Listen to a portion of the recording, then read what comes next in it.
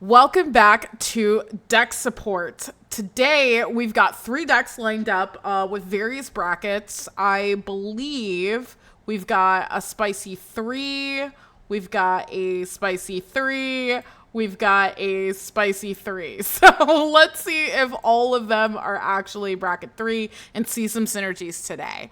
Our stream today is it's sponsored by Haven Games, which is a local card shop to where I live. If you would like to buy Magic product, board games, D&D stuff, you can follow the link at Haven. You can type in !Haven to see what they have to offer. Let's get started. Okay. Today we have Evelyn's deck, pronouns she, her. So from this point on, we will be referring to this deck as her deck. It is a Greasefang deck. Let's take a look. Believed bracket is 3. Let's look at what the goal or the theming for the deck is going to be. Anime rat steals cars and smashes them into our opponents. The deck is built like a toolbox where each vehicle can either solve a problem or start winning the game within a few turn cycles once it gets going. In practice, we are here to deal 120 points of damage to our opponents with large boats we didn't pay for. I love that. Let's look at some of the weaknesses for the deck. The deck has no combos, so it can lose to combo-based decks if you don't keep removal up. It is also a bit slow to close actual games since it wants to deal 120 damage with big 5+ power creatures. It does mostly need Greasefang out to work, but there are a lot of tools to protect her. Okay. Pumpkin and Jordy, hello. Nobody worthy, hello. Spicy 3s, yes. Okay, let's take a look. We're going to switch this into non-sin mode so that I can see the pictures of the cards. Greasefang, drive it like it's stolen. I love this name. Okay, let's look at Greasefang. Greasefang is 1 and a white and black. At the beginning of combat on your turn, return target vehicle card from your graveyard to the battlefield. It gains haste. Return it to the owner's hand at the beginning of the next end step. It is a 4/3 rat pilot. Okay. So just off the bat, I feel like some vehicle synergies are likely. I'm going to just scroll down to see the artifact count. We see a lot of artifacts. Less than I would have suspected, but we'll see. Also, I see, just glancing, I see some reanimation stuff. Let's start with the lands. Oh, blessed be.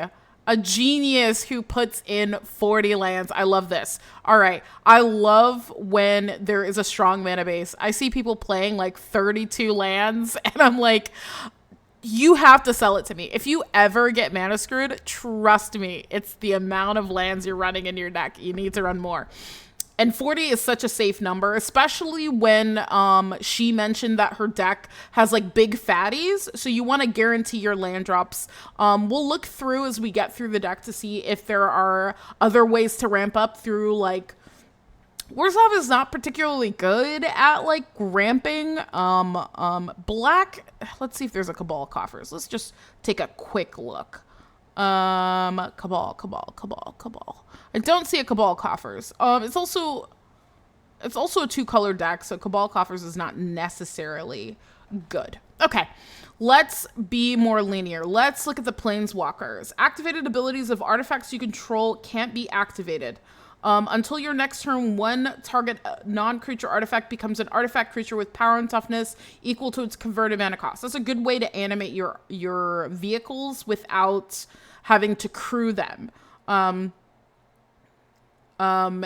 you may choose artifact cards you own from outside of the game or in exile, reveal that card and put it into your hand. I believe in Commander this doesn't necessarily do something, but it's a stacks piece that turns off artifacts and it also animates your stuff. So it's a good little protection piece slash a way to animate your vehicles.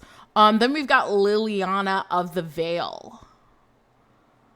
Nobody worthy. I saw one of my favorite Duskmourn creatures. Ooh, which one is that? Nobody worthy. What's your Duskmourn creatures? 32 lands. I literally saw someone, like, I love her to death. She said that she only plays 32 and she's never been mana screwed. And I was like, oh, you're whatever you're doing is genius level, because I run like 37 lands and I get mana screwed. Okay. Liliana of the Veil. Each player discards a card. Target player sacrifices a creature. Separate all permanents target player controls into 2 piles. That player sacrifices all permanents in the pile of their choice. So it seems like, well, at least with a discard, it might be a way to targetedly put things into graveyard. So maybe a vehicle into graveyard. And the Gentleman Crow, thanks for the follow. Are you in here? Or did you follow from somewhere else? If you're not here, you should join us. Target player sacrifices a creature. It just might be good removal, honestly, with Liliana of the Veil. Mycosynth Lattice. Yes, I do know. I do know the Mycosynth Lattice and the Karn, the Great Creator, lock. Vote checkbox. Hey, hello. We're reviewing your deck. We just got started, so you're right on time. Okay, so Liliana seems like just general removal and a good way to targetedly put a vehicle into graveyard for reanimation. At least that's what I'm seeing so far. And then let's look at the creatures. We've got 22 creatures, which makes about sense because you're kind of trying to do a more vehicle strategy. At least that's what I'm seeing here. And I guess alongside the vehicles, it might add up to a decent amount of attackers. Okay, let's look at Ailey. Death Touch. Pay 1, sack another creature. You gain life equal to the sacrificed creature's toughness. 1 white and black, sacrifice another creature, exile target non-land permanent. Activate this ability only if you have 10 or more than your starting life total. I wonder how much life gain is truly in here. Let's look. It doesn't look like Greasefang enables any life gain. But Ailey herself, you know, produces like some life gain. We'll see. We'll see how this functions. It allows you to sack creatures to remove stuff. Let's see how relevant that is, especially with Greasefang being able to reanimate them after they're gone. Okay, we gotta change the printing because I don't read Japanese. View details. How do I change the printing? Oh, okay, I can just read this. At the beginning of your end step, you may sacrifice an artifact, creature, enchantment, land, or planeswalker. If you do, each opponent may sacrifice... Oh, Braid's the Arisen Nightmare. Oh, okay. If you do, each opponent may sacrifice a permanent of their choice that shares a card type with it. For each opponent who doesn't, that player loses 2 life and you draw a card. Braid seems great here as like card draw because you can always sack the vehicles that you've used on your turn and force people to either sack whatever artifact they have on board or whatever creature they have on board, depending on how you want to go about sacking them for the turn. And then you can recur them with Greasefang. Yeah, that seems like a good little loop. It's also a good way to control the board. If I had an artifact commander deck when I still played physical card games, I got all the combos in my mind still. Yeah. Oh, okay. I love the Braids art. Yes, the Braids art is crazy. Actually, let's look at it again. Can I get it? Oh my God, this is a pricey Braids too. It's like an anime. Oh my God. She looks so good. Okay. Let's look on to Cathar Commando. Flash, pay 1, sacrifice Cathar Commando, destroy target artifact or enchantment. I feel like there is probably like some mass reanimation coming because I see a lot of stuff that says sack creature. This says to sack itself. I'm imagining what is likely happening with the creature sacks is that you're animating your vehicles and then sacking them.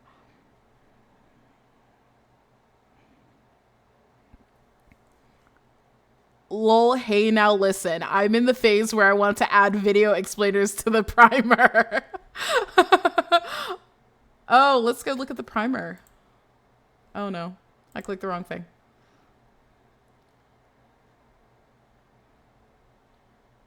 Okay. Okay, Cathar Commando. I think basically this is just good removal, and if the deck is running reanimation, it might just be a good way to recur it. You can flash it in, sack it, destroy something. It's just good removal. Constant board clearing on every turn was my favorite combo because your opponents can't even keep lands on table if done right. The primer link is above the commander image. Will get you there. Okay. Commander image. Primer. There we go. Welcome to the big garbage garage gang. Oh my god, this is so good. I don't know if I can read all of this, but okay. Let's look at the sacrifice because Greasefang triggered ability returns vehicles to your hand at the end of the turn. We love to find ways to squeeze additional value out of the vehicles while they're still on the battlefield, leaving our cards in the graveyard. Yawgmoth's Bargain Bin, thanks for the follow. I wonder if you're in here. If you're in here, say hello. Leaving our cards in the graveyard can give us vulnerable on can leave us vulnerable during our opponent's turn, but the payoff we get from sacrifice effects tend to be stronger than discard effects give us. Turns vehicles into mana, turns temporary artifacts into bigger, more permanent ones. Okay, so the sacrifice is sort of what I expected. Reanimation and recursion. I was wondering about this. For our purposes, reanimation is a term of repeatable effects to return cards from the graveyard to the battlefield, while recursion effects go from graveyard to hand. Greasefang is the main engine in our deck for both reanimation and recursion, as she returns our vehicles to the battlefield, then to our hand. Ratchet is also a reanimation engine, but it requires some setup. Yeah, I feel that way about Ratchet as well. For those of you who don't know Ratchet, he has more than meets the eye, lifelink. When he gains life, you may convert Ratchet. When you do, return target artifact card with mana value less than or equal to the amount of life you gain this turn from your graveyard to the battlefield. So, I imagine there is a combination of life gain in here, because we saw the Ailey earlier, that has a little bit of life gain, and Ratchet and Clank Ratchet cares. I said Ratchet and Clank. That's crazy. Ratchet cares about Ailey gaining life in order to flip and recur artifacts. So that's what I'm thinking here. God, I wish I had time and energy to write such detailed primer on all my decks. I mean, this might be a fan favorite. Like maybe don't write a primer on every deck, but maybe your favorite. Yawgmoth's Bargain Bin. Hi. Benji, you literally jumped in for 2 seconds to hear me embarrass myself. That's crazy. Okay. Okay. So we understand the Cathar Commando. Let's look at the Crypt Breaker. Pay 1 and a black, tap, discard a card, put a 2/2 black zombie token onto the battlefield. Okay. Tap 3 untapped zombies you control, you draw a card, and you lose a life. Okay, so I'm thinking here, this is sort of a way to put artifacts into the graveyard to recur with Greasefang. It also puts zombies out for protection and crew material. And it also, depending on how many zombies you can accrue over a period of time, because it's a tap ability, so it's slow unless you have some way to untap it, to draw a card and lose a life. So at least it refills your hand slowly. Only a matter of time before Ratchet and Clank. I honestly, I don't know if you saw Sam Poppy Gabe video, Gentleman Crow.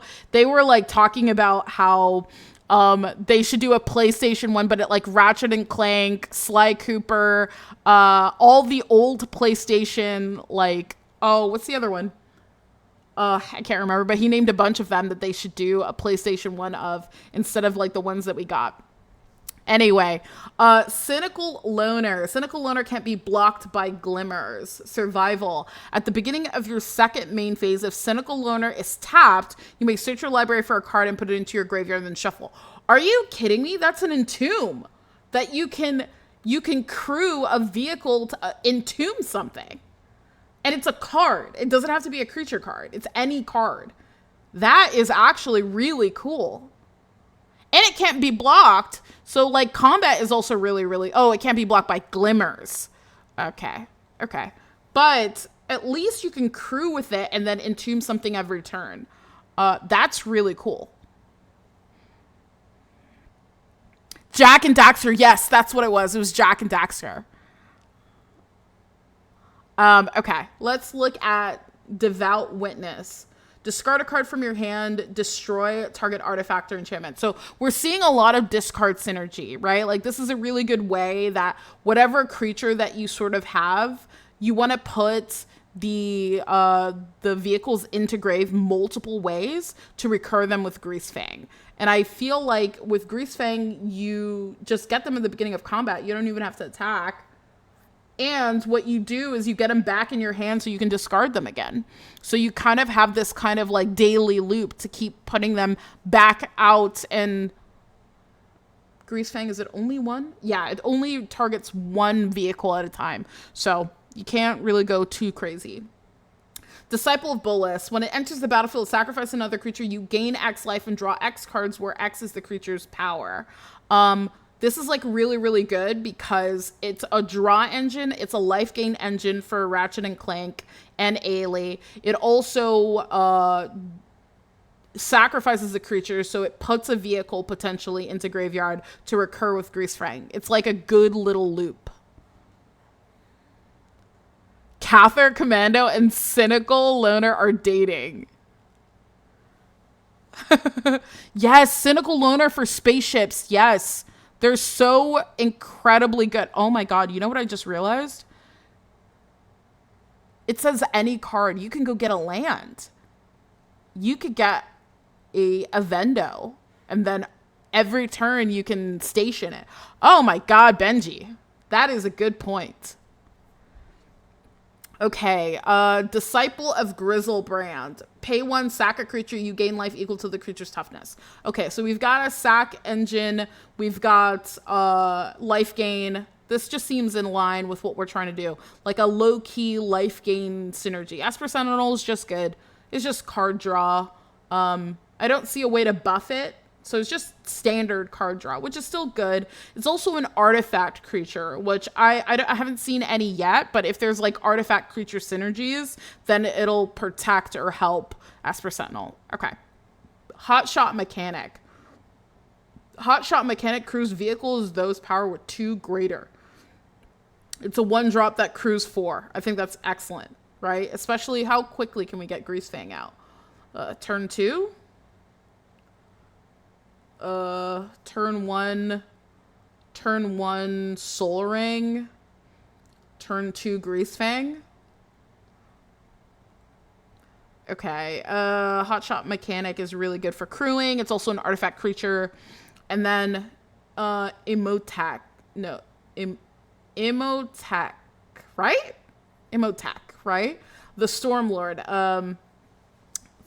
Pharaon. Whenever one or more artifact creature leaves your graveyard, create a 2/2 black Necron warrior artifact creature token. This is perfect because it's artifact cards. So all the vehicles you send to grave, you will get zombies when you recur them with this guy. And he's a low cost enough that you can get him out a little bit after Greasefang, and then ultimately recur something if you can get like a discard engine going. Even turn 5, it's not crazy about this. I think this is sort of what she was talking about in terms of the game being a little slow. There's like a decent amount of removal, but the cost of mana is like fairly high. So I don't know how quick this is. But it has good removal. It has good recursion. So I feel like it should be able to withstand like a board wipe or like removal or anything like that even as slow as it's gonna go. At the beginning of combat on your turn, another target artifact creature you control gets +2/+2 and gains menace until end of turn. That's really cool, right? That creates not zombies, Necrons when you recur with Greasefang, and it like makes another vehicle that Greasefang animates even bigger.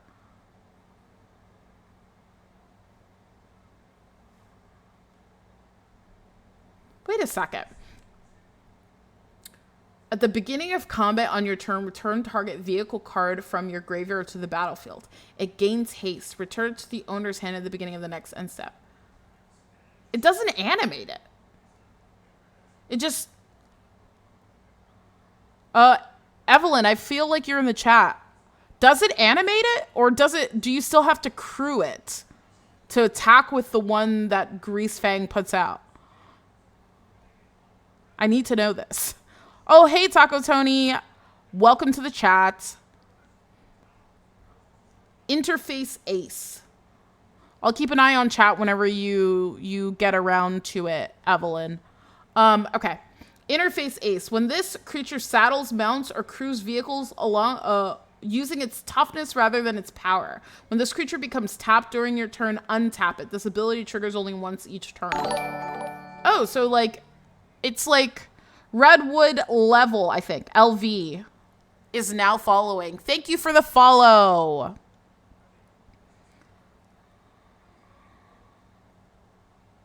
Oh, so Imhotep is a non-bow, sort of. Okay, he's there to make more pilots. Okay. Okay, so it doesn't animate. It does... okay, so it doesn't animate, but it does... give it haste. So you still have to crew it. So with the trigger, I don't know. I mean, crew's instant speed. You could put the trigger on the stack for the +2. No, because the triggers go on the stack. You have to pick a target, and there's no legal target. Never mind. Yeah, Taco Tony, we've got a lot of submissions, and I don't know when I'm gonna get to any of them. I'm doing 3 every video, every stream. I don't know if I'll need to bump up to like 2 times a week to get through the amount of submissions I've gotten. Okay, so Hotshot Imhotep, I understand. Interface is just a good crewer and a good blocker because he taps to crew and then untaps to defend. Oswald Fiddlebender. Magical Tinkering. Pay white and tap. Sacrifice an artifact. Search your library for an artifact with mana value equal to 1 plus the sacrifice artifact to mana value. Put it onto the battlefield and shuffle. Activate only as a sorcery. Okay, so this is like little bit of a birthing pod situation because you can put a artifact into play with Greasefang.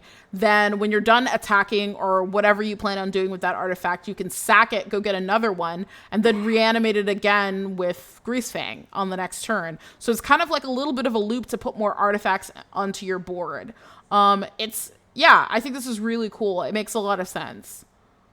It's a shame that it taps to do this ability because you could also use it to crew potentially.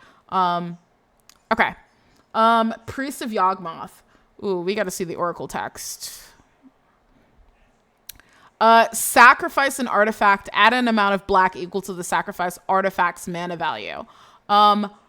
Yeah, I imagine if you're playing a lot of big, like really big artifact creatures, so the vehicles, when they're animated, you can sacrifice them and, you know, add mana to cast something big from your hands. I'll keep an eye out for this to see if there's like a payoff. It's like good that you have like the sack engine that whenever you can put a vehicle out before it bounces back to the hand, you can sack it to loop the ability again, to get more value out of it, like main phase 2. Okay.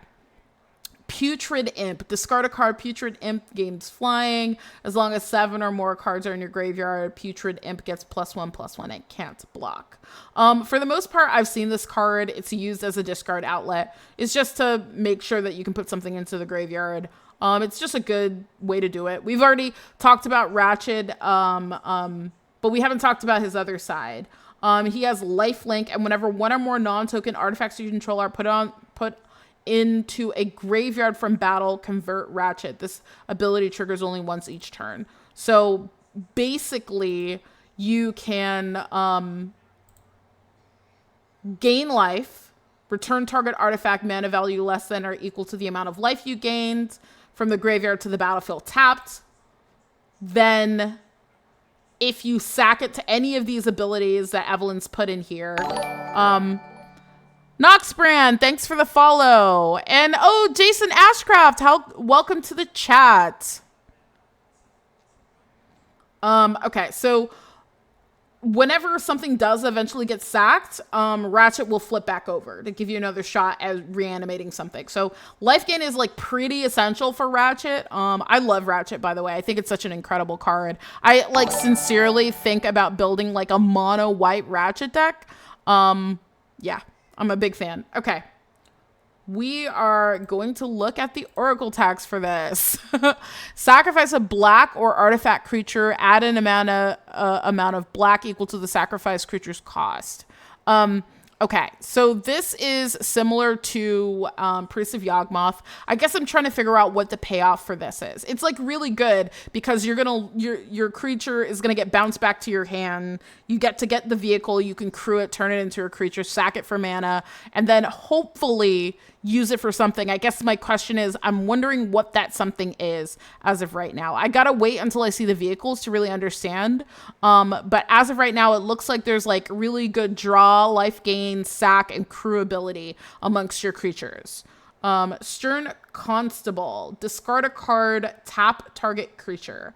It just seems like a good discard outlet and like maybe a way to move a blocker out of the way.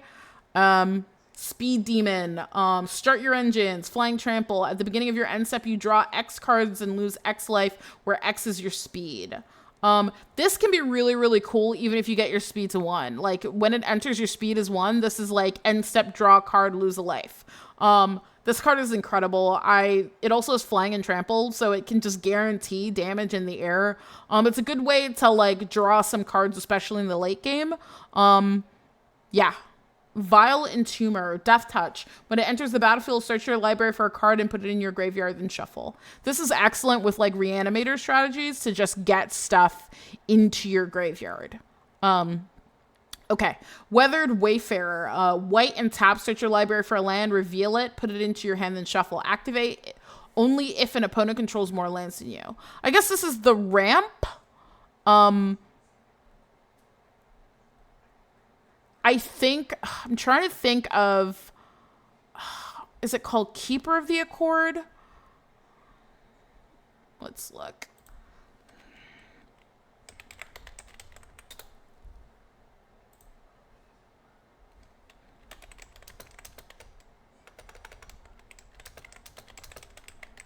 I'm checking to see. I think it's Keeper of the Accord.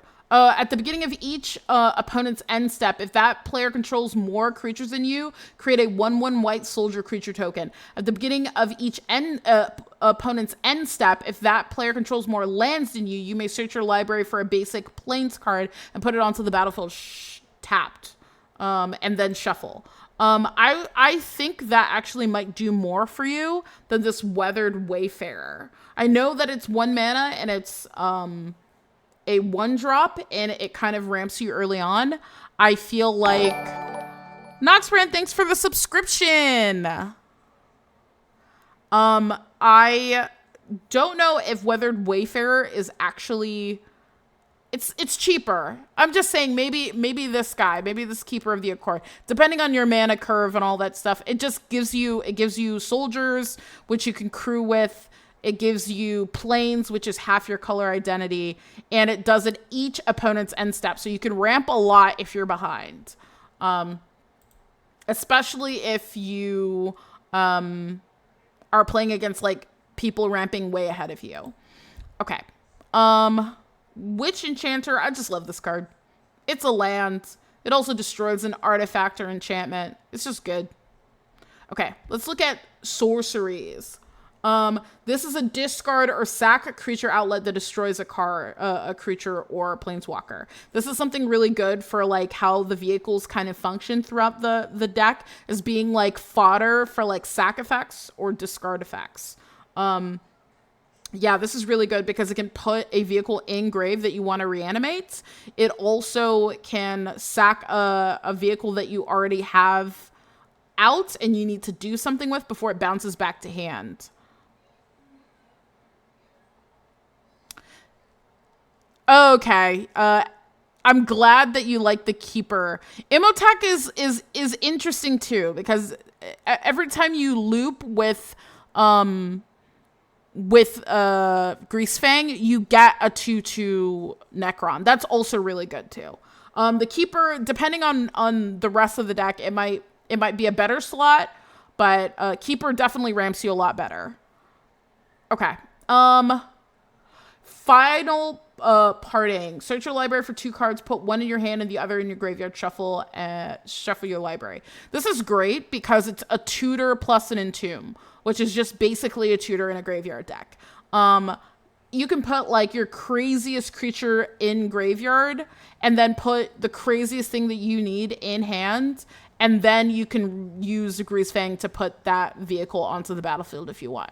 I think this is really cool. What I worry about in this deck is the curve. Let's look down here. Okay, it looks pretty sensible. We'll see what these big cost cards are in a second. Okay. Let's not get ahead of ourselves. From Father to Son, search your library for a vehicle card, reveal it, put it in your hand. If that spell was cast from your graveyard, then put that onto the battlefield instead, then shuffle. Yeah. Honestly, just tutoring for 1 in hand gives you a good way with the other cards to just discard it and then reanimate it. So you don't have to worry about putting it on the battlefield with flashback. But it gives you the option if later on you need to use it. Okay. Lively Dirge. Search your library for a card, put it in your graveyard, then shuffle. Return up to 2 creature cards with total mana value 4 or less from your graveyard to the battlefield. Well, this is that recursion that I was talking about of like creatures that you sack for abilities. Like this to destroy something, there is recursion. I believe there was another one. Yeah, this sacks creatures, but there's another one that just sacks itself. But a lot of the creatures that get sacked, you can recur with this Lively Dirge. It also entombs something. It's not nothing. Morbid Curiosity. As an additional cost to cast, sacrifice an artifact or creature, draw cards equal to the converted mana cost of the sacrifice permanent. These are excellent sources of card draw. I think that being able to utilize the vehicle into a creature, into a sack, into a draw is just really, really good. Gravebreaker Lamia. Let's look at what that is.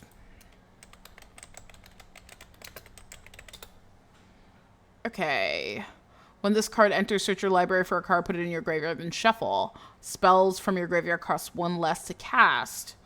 It's actually pretty pricey with 4 mana and a black. I guess if you reanimate it, it's not crazy. Paying out for it seems like a lot, especially since it's not particularly good at, well, I guess it could be a good crewer. And spells from your graveyard cost 1 less to cast. She's not really casting stuff from the grave. She's sort of cheating them in and out and sacking them back and forth. Mostly what she wants to do is put them in grave and use Greasefang to like reanimate it for free. Okay. We also got a standard reanimate. That card's just crazy. It just does all the good stuff. It only hits creatures though. It might not be super helpful for the vehicles.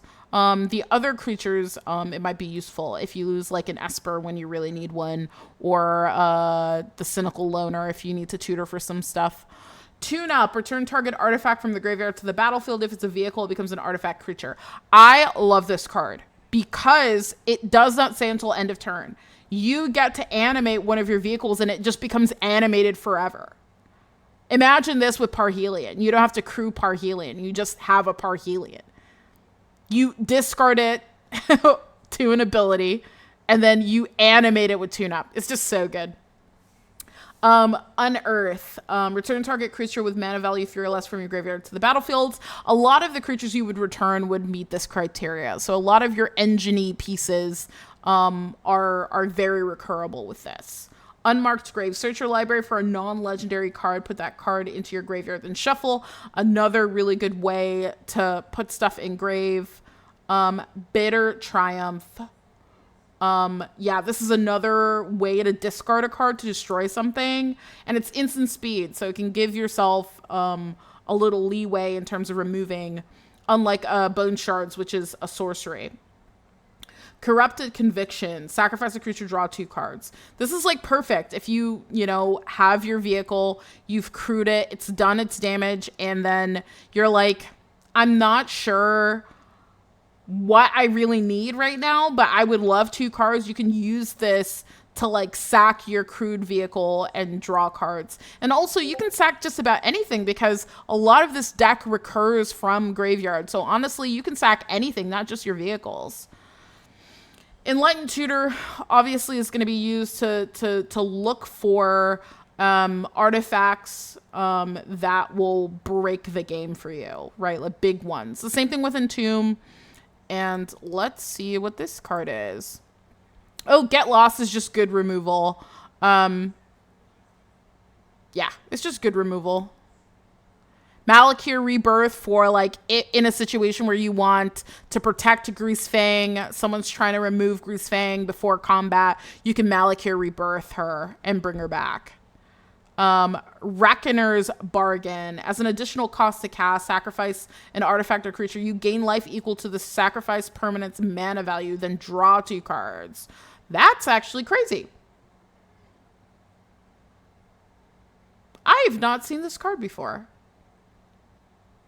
This is a good card. I like this. It's like a little bit of life gain, sack, and draw. It's like, yeah, how have I not seen this card? It's really cool. Bye, Benji. It was nice seeing you. Soul Partition. Exile target non-land permanent. For as long as this card remains exiled, its owner may play it. A spell cast by an opponent this way costs 2 more to cast. So it's a good way to like slow something down.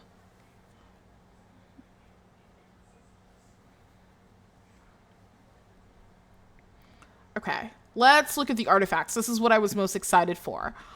We've got an equipment. It says equip creature gets +2/+1, equip, pay 3, or discard a card. Oh, this is just a good discard engine, right? Like you use this, instead of paying the equip cost, you just discard something and make something bigger, right? For 1 black, I think this is really cool.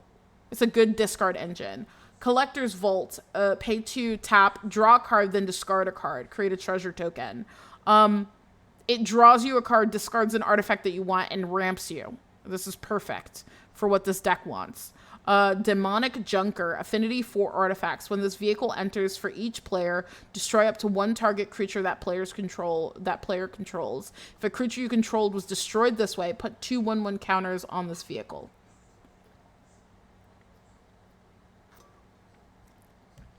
It says up to 1. So you can choose to leave one of your guys fine, or you can destroy it and put 2 1/1 counters on it. And has affinity for artifacts. It's a little spicy, but I imagine that you're going to have a lot of artifacts. You got 17 here.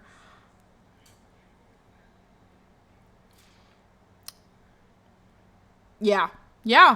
And you have a lot of recursion in this deck, so I'm not worried about you sacking anything that's your own. Okay.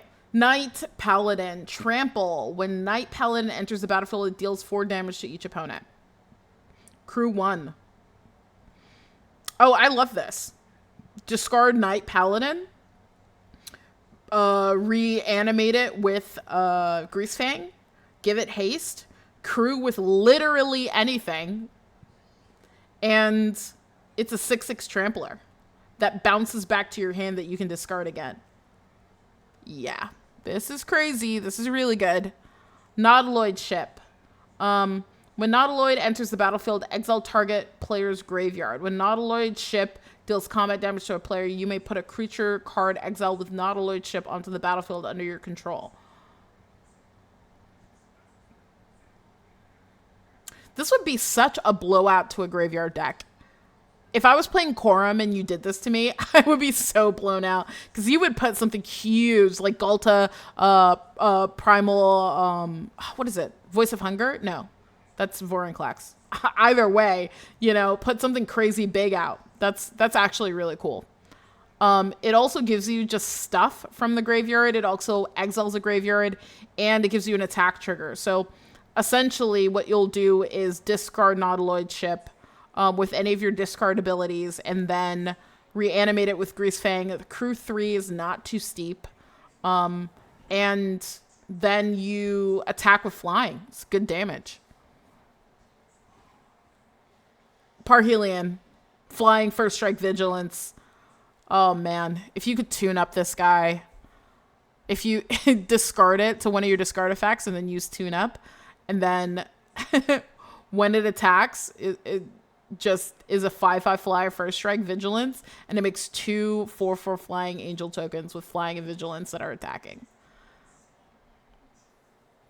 They are attacking. They have vigilance. They're not tapped and attacking. That's crazy. That's insane. Reaver Titan. I love Reaver Titan. I think this card is absolutely insane. I wrote an article a long time ago about the hardest cards in Magic in Commander to remove, and Reaver Titan is so difficult to remove because it has protection from mana value 3 or less. That's so many removal spells. You have to play a bad removal spell to get rid of this guy. And you have to use it when it's a creature because it goes from being a vehicle to a creature back and forth, and it's so hard. And then when it attacks, it deals 5 damage, and that is not including the fact that it is a 10/10. So you discard this, reanimate with Grease Fang, crew, attack, deal 5 damage, and then a 10/10 coming at someone. It's crazy. It's absolutely insane. Roiling Hamsphere. Okay, Rolling Hamsphere gets 1/1 for each hamster you control. Whenever Rolling Hamsphere attacks, create 3 1/1 red hamster creature tokens. Then it deals X damage to any target where X is the number of hamsters you control. This is such a funny card. This is such a funny card. I mean, it makes tokens to crew stuff. It also gets stronger for each hamster. So you would go to attack and it becomes a 7/7. You crew 3. It also deals damage. This is just great. This is the sort of thing you want to cheat out with Grease Fang as well with the mana cost. Okay. Sky Sovereign Console Flagship. Flying. When Console Flagship enters the battlefield or attacks, it deals 3 damage to target creature or a planeswalker an opponent controls. So this is just good removal. It also is flying, crew 3. It's not too bad. It's like a high cost one, but you're going to cheat it out with Grease Fang. It's just like a lot of these are really great choices. Sol Ring is just a good card. Surge Hacker Mech. Menace. When Surge Hacker Mech enters the battlefield, it deals damage equal to twice the number of vehicles you control to target creature or planeswalker an opponent controls. So this is like really good removal because you're going to have a lot of vehicles out. I don't know how many at a given time considering the sack nature of this, but even then it deals, if you have 2 vehicles out, that's 4 damage to something. That's usually good enough to remove something. Okay, the One Ring is just the best card draw ever after Ristic. It's just so good. The Regalia. Haste. When it attacks, reveal cards from the top of your library until you reveal a land card. Put that card onto the battlefield and the rest of the bottom of your library in a random order. That's just ramp. Yeah, that's just good ramp. And it's crew 1. So if you reanimate it with Grease Fang, you just have to tap anything to crew this guy. Yeah. Soul Partition lets you reset and recast your own One Ring. Wait, what? Let's go look at Soul Partition. Where's Soul Partition? I just read it. Where is it? No. Soul Partition. Exile target non-land permanent for as long as it remains exiled. Oh my god, you could. That is very interesting. Oh, so you can get your burden counters super duper high, and then before you die, you can soul partition it, and then you can recast it for protection again. That's crazy.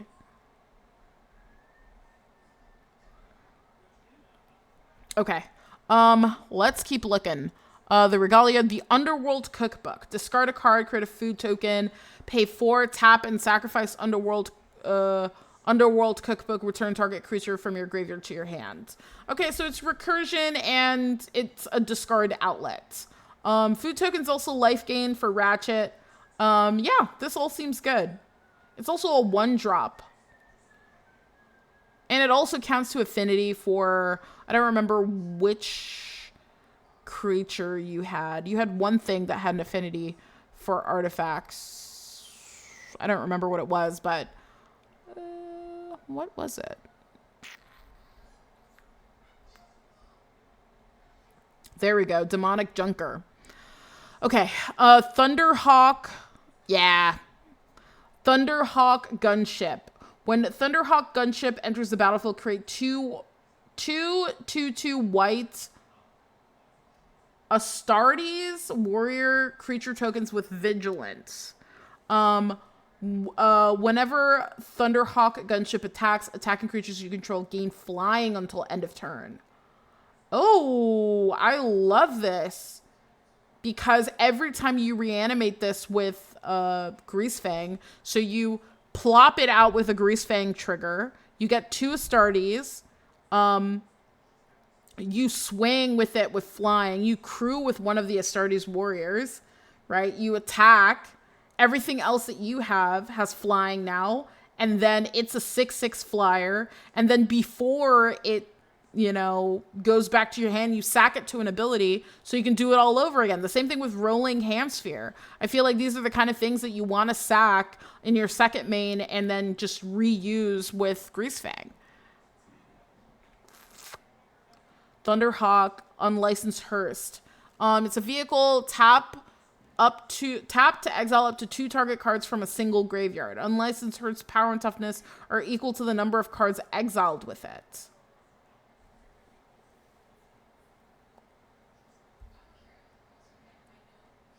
This is dangerous. Because you have to exile up to 2 cards with it, or it just, if you turn it into a creature, it dies. If you crew it. It's just kind of like a setup piece. It's not bad. I like this. Valor Flagship. Flying, first strike, lifelink. Love to see lifelink. Crew 3, cycling. When you cycle this card, create X 1/1 colorless pilot tokens with this saddles and mounts and crews vehicles as those power were 2 greater. Yeah, this is just a good way. It's like very versatile because you can... Oh, wait a second. You cycle it. You make the pilots. It goes to grave, and then Grease Fang reanimates it. That is crazy. And then you have the pilots to crew it. Oh, that's crazy. I like that a lot. Okay, and then Ripples of Undeath is just a good card. It's like one of my favorite cards of all time. At the beginning of your pre-combat main phase, mill 3 cards. You may pay 1 and 3 life if you do put a card from among these cards into your hand. I really like this card. Oh, here are the planets. Benji was asking about these. Yeah, the Adagia is like a planet that creates a token copy of target artifact or enchantment you control, except it's legendary. Activate only as a sorcery. So you can like make token copies of some of the cool vehicles that you're putting out. Land. A Ganjo. Land. Okay. Draw a card. Let me see if there's any. This is a good way to sack a creature to draw cards as well for Midgar. Okay. I'm trying to see if there were anything. Sursu Secundi. This is also a sack draw. That you can use a lot of stuff to crew. You can use your vehicles that you end up crewing to station these. Ooh, Crypt Colored Chariot is a good sideboard. I would put that in. Dispatch is a good removal spell because I didn't see you have too much exile removal. I see a lot of destroy. I would put Dispatch in. I think you could get there with Dispatch. Oh, the sideboard is a modular package to convert the deck from bracket 3 to bracket 2. So you take stuff out to make it bracket 2?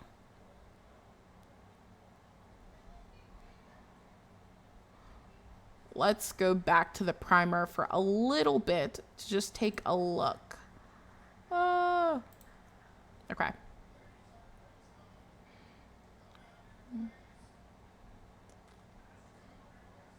Vehicles constitute our primary arena animation and recursion targets. Each vehicle in the deck has been chosen either to serve a specific function or the heaviest brick available for us to throw. Cards like Reaver Titan and Night Paladin get to work on our opponent's life totals, while Thunderhawk, Gunship, and Parhelion 2 represent longer-term game plans, creating armies that can help us offensively and defensively. The remaining vehicles are chosen based on their utility, with a specific preference towards vehicles with 5 or more power or crew for 4 or less. Very smart. Power is chosen for clock reasons.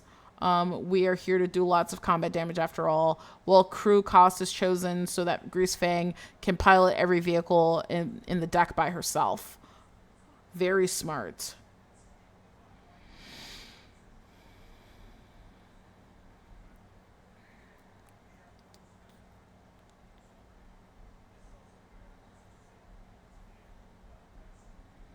Okie Finoki.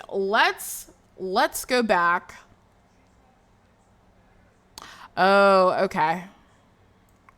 I would struggle to see this deck, even with 10 or so changes, being a bracket 2. It's just like has so much incredible synergy. I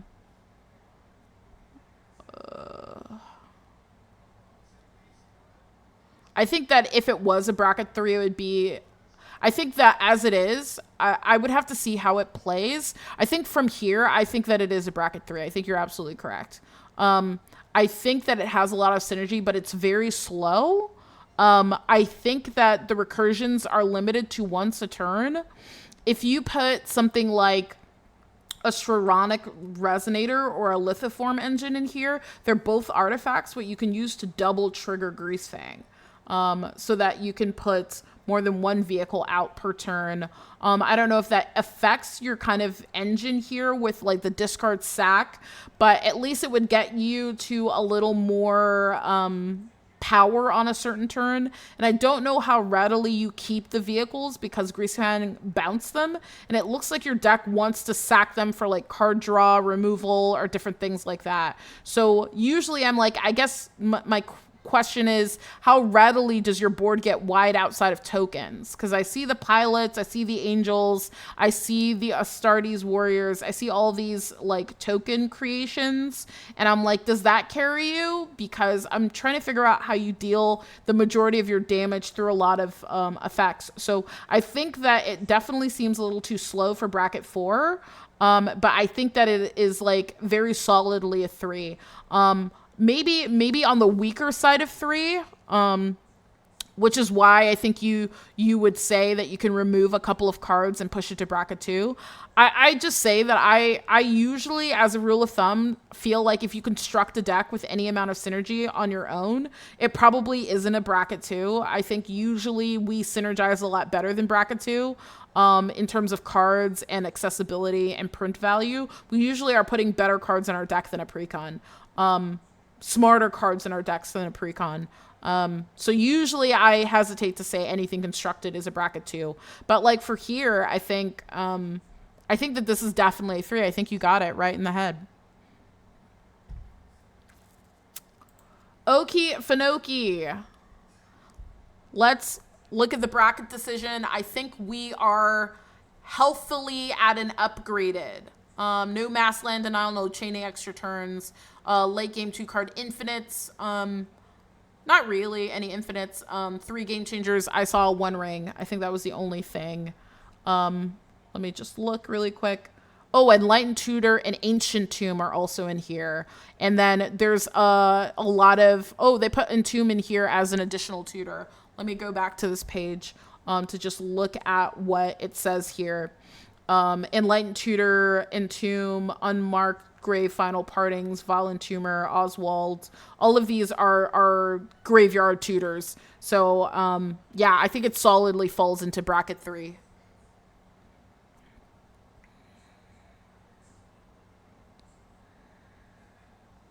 Oh, okay. So if you draw them and you don't have a discard outlet, you want to use Priest of Yawgmoth and Soldevi Adnate to hard cast them. That's good.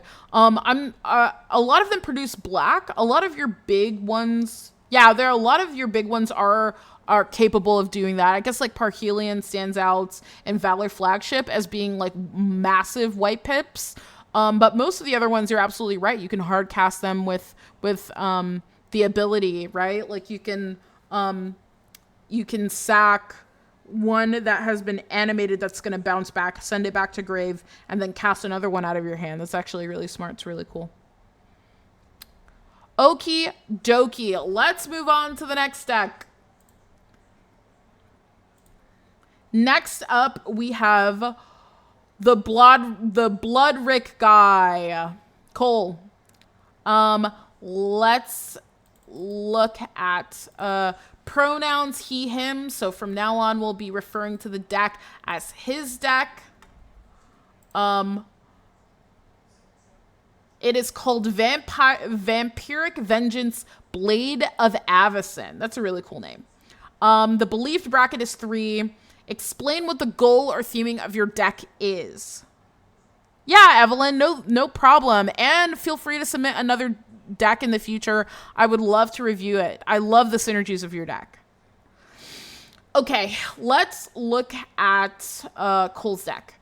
High synergy cards working together in an aggressive game plan. Begin the game by playing creatures with keywords to set up for Odric entering the battlefield and making X blood tokens, which are used for fueling the guy, I think maybe, or used by artifacts, matters, cards.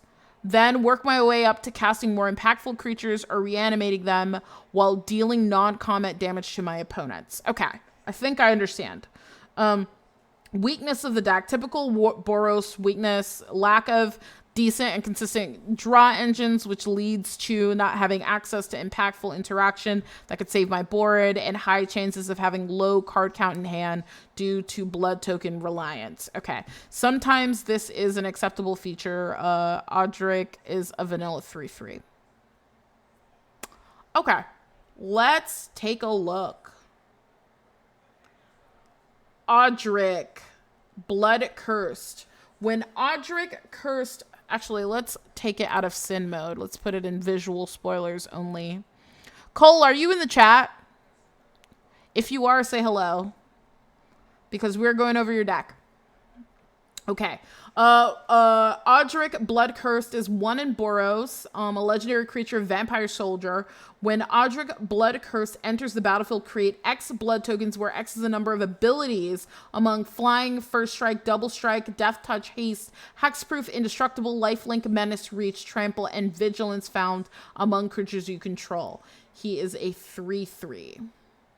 Oh, I see what you're saying. That after he does this ability, he becomes a vanilla. He's a virtual vanilla. Okay. Argus Cos, Spirit of Justice. I guess we'll see. We'll see what the value of a blood token is, right? Off the bat, I'm trying to figure out why you would want more blood token, but we'll see. We'll see. Double Strike Vigilance. When Argus Core Spirit of Justice enters the battlefield or attacks, choose up to one target creature. If it's suspected, exile it. Otherwise, suspect it. Ooh. So this is removal. It also has 2 keywords, so that's 2 blood tokens. It's a 2 and Boros for a 2/4. It's a good stat line, and it has removal depending on how slow it is, because it can enter the battlefield, and maybe if you can give them haste, it can attack. I see an anger. I was just about to ask. Hey, Cole. That's okay. That's okay. Okay, I see an anger engrave, which means that you'll be able to give stuff haste. So maybe you can get this Argus Core ability off pretty quickly. Enter an attack to remove something. Angel of Indemnity. Okay, flying lifelink, 2 keywords. The Angel of Indemnity enters the battlefield. Return target permanent with mana value 4 or less from your graveyard to the battlefield. Okay, so like a reanimator sort of creature. Angel of the Ruins. When Angel of the Ruins enters the battlefield, exile up to 2 target artifacts and enchantments. Exile up to 2 target artifacts or enchantments. So removal. These are all high CMC. We got to see a way to reduce these costs. Okay, we'll see. Anger. Anger's just good. Gives your stuff haste. Let's go look at the land base really quick. 36, 37, that's what I like to see. All good Boros lands. Card draw here. Sort of. Card advantage.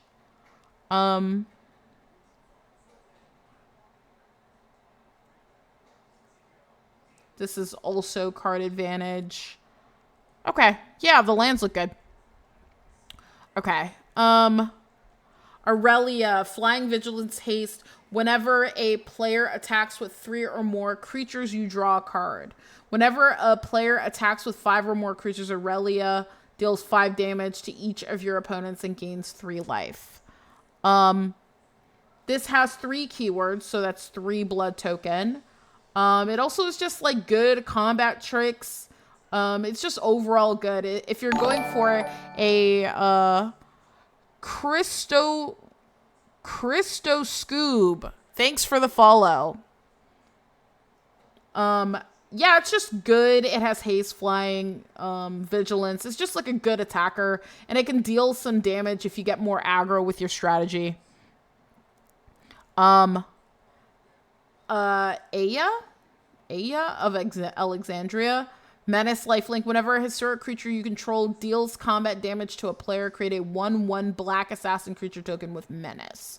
Let's see here. We've got 1, 2, 3, 4,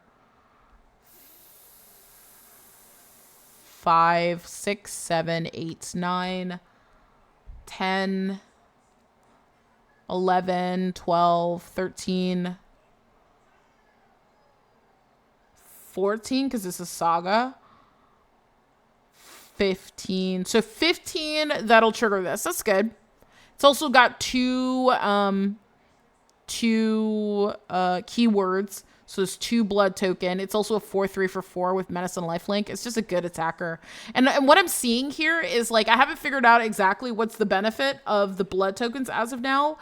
But if you've got an Inspiring Statuary in here, let's see. You do not have an Inspiring Statuary. You need to run an Inspiring Statuary. Let me show you what this card does.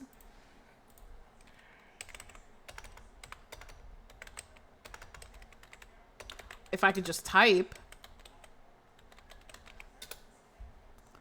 So this card says non-artifact spells you cast have improvise. You can cast Odric, make all this blood token, tap them to cast like Gisela on like, I don't know, turn 4, depending on how fast you can get Odric out. Yeah, it's just a really, really good way to ramp with your blood token. Okay.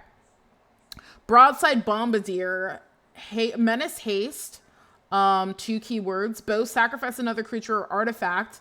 Broadside Bombardier deals damage equal to 2+ the sacrifice permanent's mana value to any target. So if you hit a blood token, you can deal 2 damage to any target. But if you sack like something big like Gisela, you can deal, I don't know, Gisela's 7. That's like 9 damage to a target. That's good removal. Detective Phoenix. Collect evidence, not 6. Pay this bestow cost. Pay red and exile cards with total mana value 6 or greater from your graveyard. Flying Haste, enchanted creature gets +2/+2 and has flying and haste. You may cast Detective Phoenix from your graveyard using its bestow ability. Ooh, so it's like recur. It has flying haste and it is a 2/2, which is like keywords for Odric.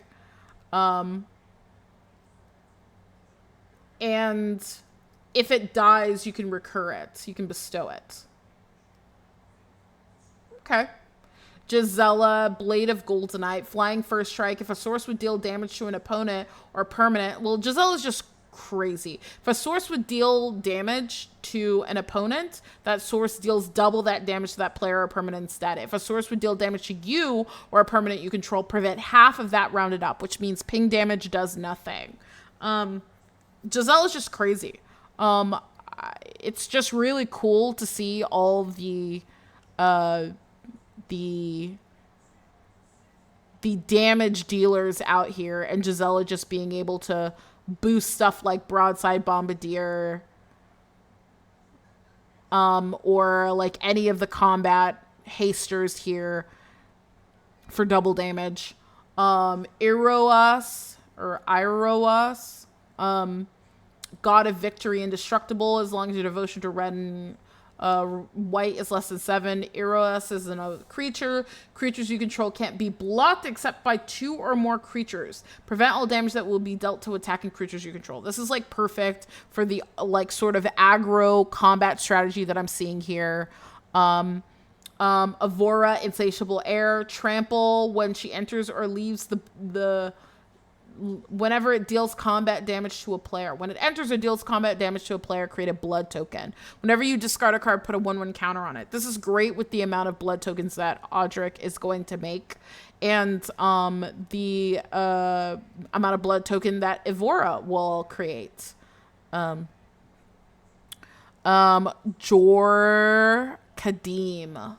First strike. Creatures you control get +3/+0 for as long as you control 3 or more artifacts. So like Odric is going to meet this criteria super easily with the blood token, and then all your stuff's going to get buffed. And then with Gisela, they're going to get extremely buffed. Let's look at Lightning Army of 1. First strike, trample, lifelink. That's 3 blood token. Whenever lightning deals combat damage to a player until your next turn, if a source would deal damage to that player or permanent, that player's control, it deals double that damage instead, which is just crazy considering that Gisela could be out at the same time.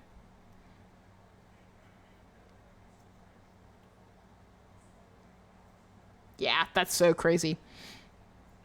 Ocelot Pride, flying, first strike, lifelink, ascend. At the beginning of your end step, if you gain life this turn, create a 1/1 white cat creature token. Then if you have the Sitting's Blessing, for each token you control that enter the battlefield this turn, create a token that's a copy of it. So this is really cool with Odric because you can have Ocelot Pride, you can make a bunch of blood token, get Ascend, and then make that many more blood token with Ocelot Pride.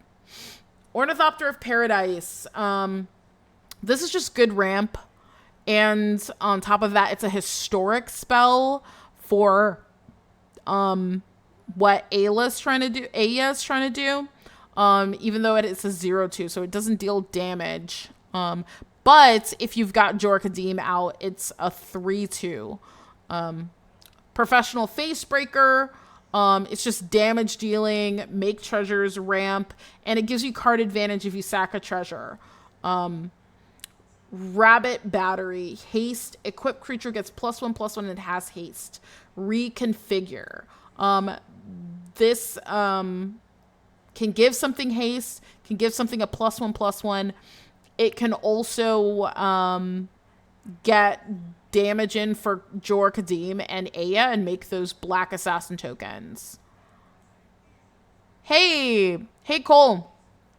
I was just talking about how you should run Inspiring Statuary because it says non-artifact spells you cast have improvise, so you can use that. You can use your blood token to cast spells, like Gisela, who are very expensive. Where was I? Okay. Ooh, did it not work, Cole? Did it not work? The Inspiring Statuary? Huh. Okay. I mean, I think it would help you with a lot of these high cost creatures. A lot of them are pip heavy, so I don't know how much help it'll give you, but at least will give you 4 for Gisela, or 2 for Aurelia, or 3 for various other cards. Okay. Ruin Grinder. When this creature dies, each opponent may discard their hands and draw 7 cards. This is just good draw. Also Ismenis. The thing is that it would have to die, so that means that you would have to hard cast it, and it would have to die for you to be able to refill your hand. And you can sort of wheel everyone else too if they want to. This one seems a little tough. It's like good damage because it has menace. But it's like really steep in paying 6 mana for it. I guess it's a good way to get, if you mountain cycle it, it's a good way to put a land in your hand.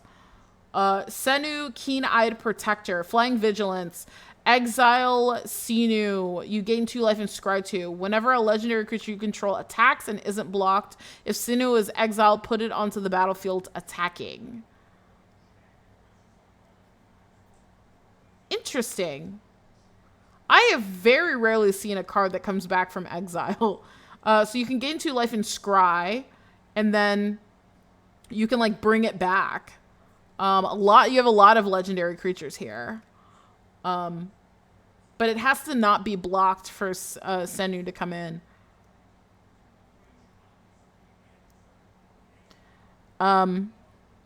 Shocking Sharpshooter. Whenever another creature you control enters, this creature deals 1 damage to each opponent. Yeah, this is just like good damage. Whenever another creature you control enters. It also has reach, so it'll make a blood token. It's also a good blocker. It's also, yeah. I think that this is like a good way to get a little more damage, especially if you have Gisela out, that's 2 damage, and if you have Lightning out, it could be 4.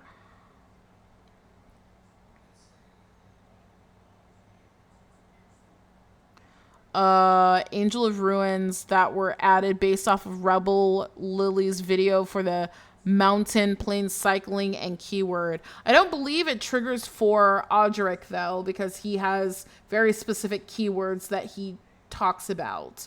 Similar to the other Audric, it actually cares about which ones he mentions. It's not all keywords. Okay. Starfield Shepherd, flying. When this creature enters, search your library for a basic playing cards or a creature card with mana value 1 or less, reveal it and put it into your hand and shuffle. I'm trying to think of what you have that's mana 1 or less. I guess that does get Ocelot Pride. That's not nothing. It gets Ocelot Pride or Plains, which it ramps you, or it gets Ocelot Pride. So, pretty good. You can also warp it in and get a land and Ocelot Pride. Okay. Yojimbo. Exile target artifact, enchantment, or tapped creature an opponent controls. This is very good removal. Until your next turn, creatures can't attack you unless its controller pays 2 for each of those creatures. So like a ghostly prison on a creature, and create X treasure tokens where X is the number of opponents who control a creature with power 4 or greater. So potentially 3 treasures as well. Okay. I think this is pretty good because it has vigilance as well. It also is a enchantment creature, so it's also a saga. So it is a historic permanent to trigger Aya. It also is just like good damage. It's like, it's got vigilance. It's a 5/5 for 3 and a white that just removes something. It's pretty good. Sunshot Militia. Tap 2 untapped artifacts or creatures you control. Sunshot Militia deals 1 damage to each opponent. Activate as a sorcery. This is incredible with your commander.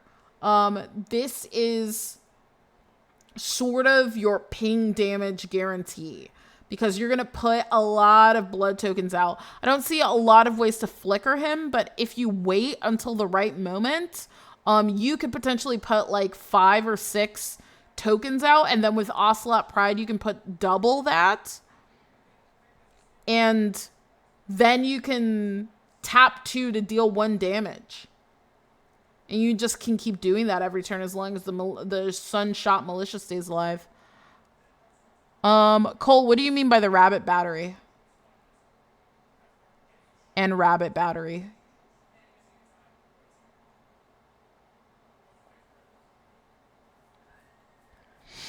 I'll wait to you to get back to me. I'm gonna move on. Sun Titan, this is just good recursion. It also has vigilance.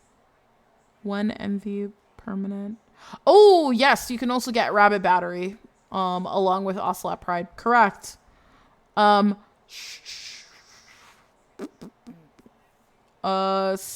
Titan's just good recursion.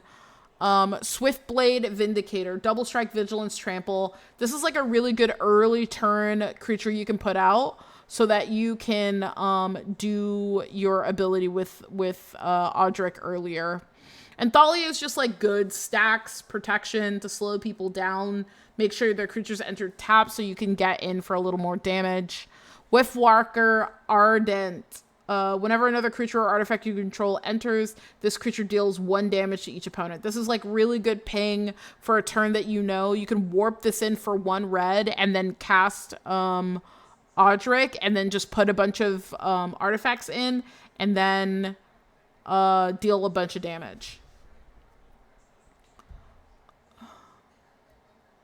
Exile target artifact or creature control returns to the battlefield. This is a good flicker for Audric to get more blood token. Return target artifact or creature with mana value 3 or less from the graveyard to the battlefield. This is also recursion. Let me see. That gets Audric. Sun Titan gets Audric.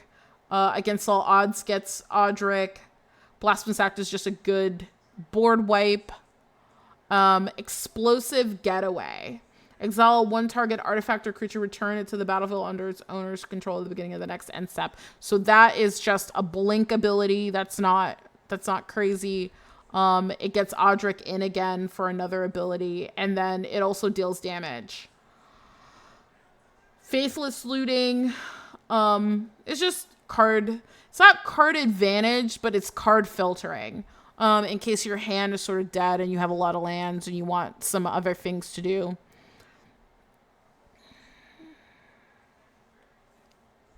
Yeah, it's like a blink / damage spell. I wish it was 1 mana less though, because blink effects are so cheap and deal damage is like so cheap. I feel like they could have made this a 4 mana spell. Oh, okay. Yeah, you do have it tagged as card selection. Yeah, that's sort of what Faithless Looting is sort of. Okay. Invoke Justice. Return target permanent from your graveyard to the battlefield and distribute 4 1/1 counters amongst any number of creatures or vehicles target player controls. This is like a good Reanimator for Odric if he dies, which I think that this deck has a really good way of like getting back Odric, blinking Odric, making sure that if he dies or if anything aggro dies, you have a good way of bringing it back. Molten Psyche. Each player shuffles the cards from his or her hand into the library and then draws that many. If you control 3 or more artifacts, Molten Psyche deals damage to each opponent equal to the number of cards that player has drawn this turn. That could be a complete blowout depending on how many cards in players' hands. Starfall Invocation is just a really good board wipe. It can blow the board and then reanimate something that you deeply want to keep. Storm of Souls. Return all creatures from your graveyard to the battlefield. Each of them is a 1/1 spirit with flying in addition to its other types. This is just good recursion. It sucks that they're 1/1s. Living Death does a little bit more, but it doesn't necessarily sack everything on your board like Living Death does. It also gives them flying, so like Gisela coming back as a 1/1 flyer is not nothing. Vanquish the Horde is just a good destroy all creatures similar to Blasphemous Act. Wheel of Misfortune. It's just a good way to refill your hand. Yeah, it's just a good way. Demand Answers is card draw. Galadriel's Dismissal is like targeted protection / removing stuff from other people's boards to get in for damage. Getaway Glamour. Spree. Exile target non-token creature returns to the battlefield under its owner's control. It's just a good blink for Odric. Destroy target creature if no other creature has greater power. Let me look at something really quick. I am going to go look at the details of a blood token. It does not tell me what a blood token does. Okay.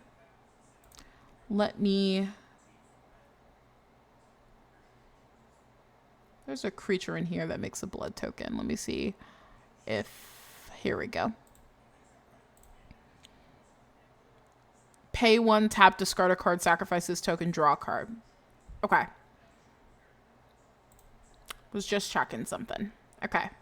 Getaway Glamour is destroy target creature if no other creature has greater power. So it can get rid of the biggest threat. Get Lost is good removal. This is good damage and also a land. This is, I love this card. Aluren, Searing Light. It removes the biggest threat on everyone's board. Thank you, Taco Tony. Yeah. If you, I think it's under tokens. Yeah. Good call. I do like Aluren's Searing Lights. I think that's a really cool card. If there are 2 or more instances or sorceries in your graveyard, Alluring Searing Light deals damage to each opponent equal to the power of the creature they exiled. I'm seeing a lot of damage stuff, like pings and stuff like that. I am going to check to see if you're playing damage doublers. I feel like a Fiery Emancipation or a City on Fire might be a good little extra boost to damage. Okay. Parting Gust, exile target non-token creature. If the gift wasn't promised, return the creature to the battlefield under its owner control with a 1/1 counter at the beginning of the next end step. You could exile Odric and do this, right? And just not pay the gift. And if you want to exile something, you could pay the gift and just exile it forever. I've had a friend call this the most Mardu feeling Boros deck.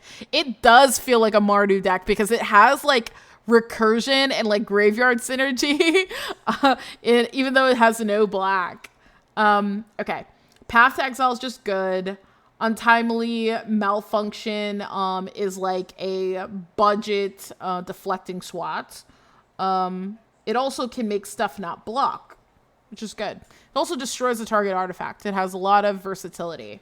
And this is Wear and Tear is just good to destroy artifacts or enchantments. Archaeomancer's Ramp, Brass Tunnel Grinder is draw, Monument to Endurance is draw, so that's make people lose life or make a treasure token when you discard. Pre-war formal wear. When pre-war formal wear enters the battlefield. The Jester Kingdom is raiding with a party of 6. Thank you so much. Welcome, raiders. I don't know if you guys are in yet. Oh, and Jester Kingdom is also now following. Thanks for the follow. I'll say that I've spent 3 years on this deck, so a lot of the cards have their spot, and I've had a lot of considerations for this spot. Real blood and sweat over this. Yeah, no, I feel you. Pre-war formal wear. When pre-war formal wear enters the battlefield, return target creature card with mana value 3 or less from your graveyard to the battlefield and attach pre-war formal wear to it. Okay, so this is recursion. And it gets +2/+2 and has vigilance. Cool. So it's like it enters, recurs, something attaches, increases a little more damage. Soul Ring is here. Swiftfoot Boots is here. Sword of Hearth and Home has protection from green and from white. Whenever a equipped creature deals damage to a player, exile up to 1 target creature you own, then search your library for a basic land card, put both onto the battlefield under your control, then shuffle. Sorry, my partner just betrayed me. You know I want a Coke so bad and you just opened it so loud. There's only one. I can't change the volume of a Coke. But you cracked it like you were in a commercial. I'm sorry. Hello, Raiders. We're going over Cole's deck, and I'm crashing out because I don't have a Coke. Okay, Sword of the Animist is also really good. There's a lot of good combat synergies and like aggro strategies to this, so you're gonna guarantee that those attacks will protect you and it'll get you a little more ramp. Bitter Reunion enters the battlefield. You may discard a card. If you do, draw 2 cards. Sack. Creatures you control gain haste until end of turn. This is incredible, right? Considering how aggressive this strategy is, this could be a complete blowout. I know! The audacity of opening a Coke next to me. He didn't even bring me... He got himself a little bread and he didn't bring me any. And there he is, resubbing Coke tax. Thanks for the resub. Now get me a bread. Land tax is just really good. It actually functions a little bit as like ramp, but it also is like really good card advantage. Because it allows you to thin out your deck. So like the cards you're drawing are less likely to be lands. You guarantee a land drop every turn. It's actually really, really, really good. I tell people all the time, a lot of people will decline to land tax. I used to do the same thing when I used to play. But it's actually really good to just put the lands in graveyard. Just grab the 3. You'll play 1, maybe 2 per turn. And then you'll send some of them to the graveyard and then do it again. It just guarantees your draws to be better. Okay. Legion's Initiative. Red creatures get +1/+0. White creatures get +0/+1. So your dual creatures get +1/+1. Exile it. Exile all creatures you control. At the beginning of your next combat, return those cards to the battlefield under their owner's control, and those creatures gain haste until end of turn. This is like a really good way to protect your board and then be aggro. It's also a good way to just give everything haste. Yeah. Martial Anthem. Multi-kicker. Let me see if there is Reminder text from Multi-Kicker. You may pay an additional 1 in white any number of times you cast a spell.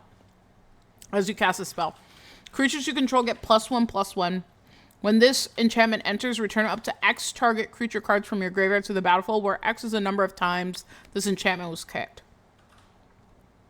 So I really like something here with the blood tokens, is that you can draw and discard stuff and then recur them with different cards. So it's kind of like a discard reanimator in Boros. Teleportation Circle is a must-have here to blink Odric on different turns to make more tokens. Roller Crusher Ride.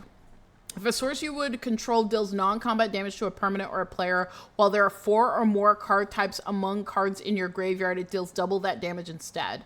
When Roller Crusher Ride enters, it deals X damage to up to X target creatures.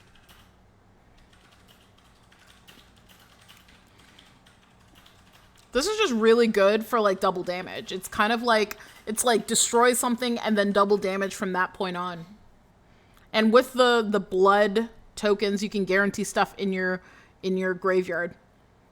Yeah, Roller Coaster Ride's pretty good. Touch of the Spirit Realm enters the battlefield. Exile up to 1 target artifact or creature until Touch the Spirit Realm leaves the battlefield. You can channel it, discard it, exile target artifact or creature, return it to the battlefield under its owner's control at the beginning of the next end step. You can use this to blink your own stuff. You can use it as permanent removal. Because it's channel, it's hard to interact with. And then we're down to the lands. Okay. Let's go back and let's look at the theming for this deck.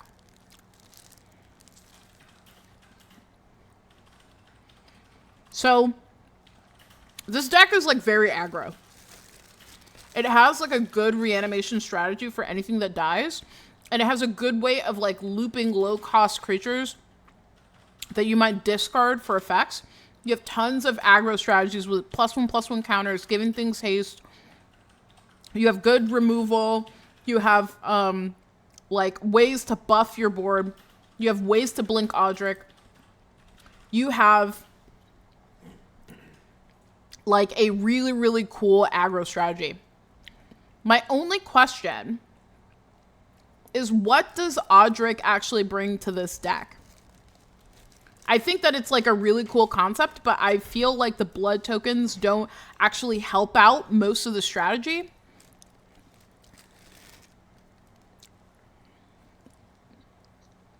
It's called Spite. What does that mean?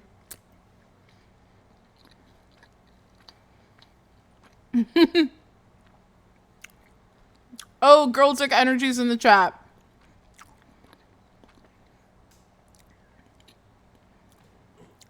Tell me the story. Tell me the story. Okay, previous season for Crimson Vow.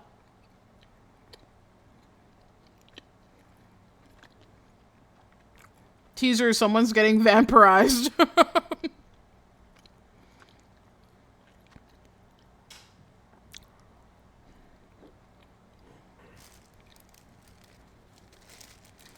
Odric previewed. Okay. This card sucks. Challenge accepted.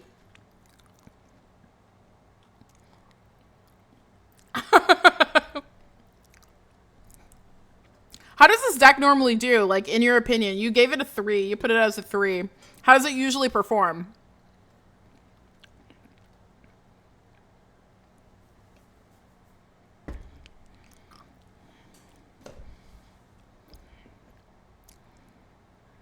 Okay, yeah, that's what I'm seeing. Like, the aggro strategy will definitely get you there, I think.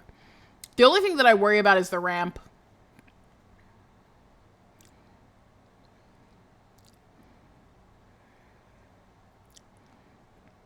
Yeah, I was noticing that. A lot of the recursion, though, is like 3 CMC or less. And some of these are actually big fatties. But, like, some of them are actually, like, really low-cost guys. It beats ass and is impossible to remove threats permanently short of exile.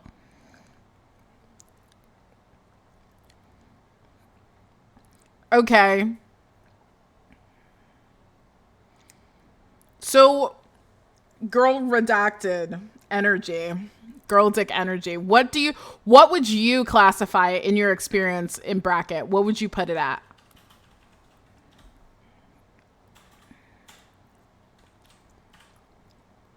While you answer, I'm going to look at the next deck.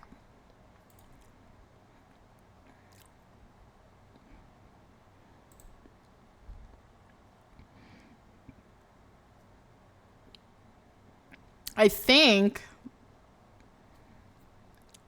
it's game changerless, and I think the aggro strategy is like pretty honest.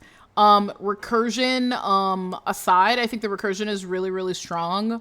But I think it's singular recursion. There isn't like a ton of like mass reanimator except for Storm of the Souls, but they come back as like they come back as 1/1s. I think in the grand scheme of things, I think it's a very healthy 3.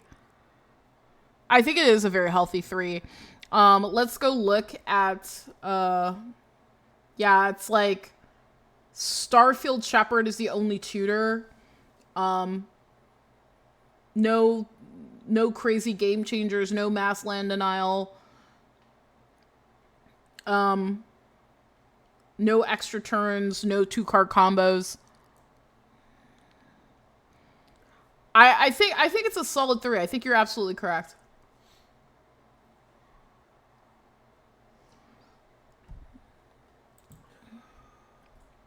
I would like to see this deck in action. I would like to see it personally. So whenever you want to be in a game, let me know. What's the 2-card combo?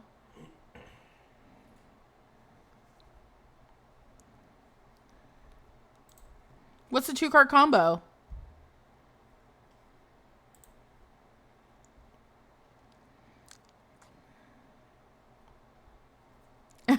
We should get a pod together of the people that decks I review. We should do like me versus the 3 I do. Sword of Hearth and Home and Aurelia. Okay, let's go look. Sword of Hearth and Home. Equipped, deal comment, exile up to 1 target creature you own, then return the basic land, put both cards onto the battlefield under your control. Okay, and then let's go look at Aurelia. It's not this Aurelia. I think it's this Aurelia. Attacks for the first time on tap. Oh, those are infinite combats.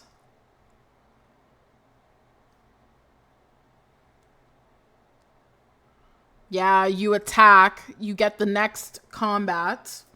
You blink her. She is a new Aurelia attacking for the first time, and then you have infinite combats. Got it. Did not catch that.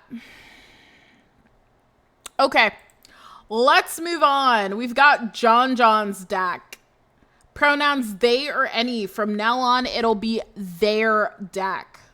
Let's pull it up.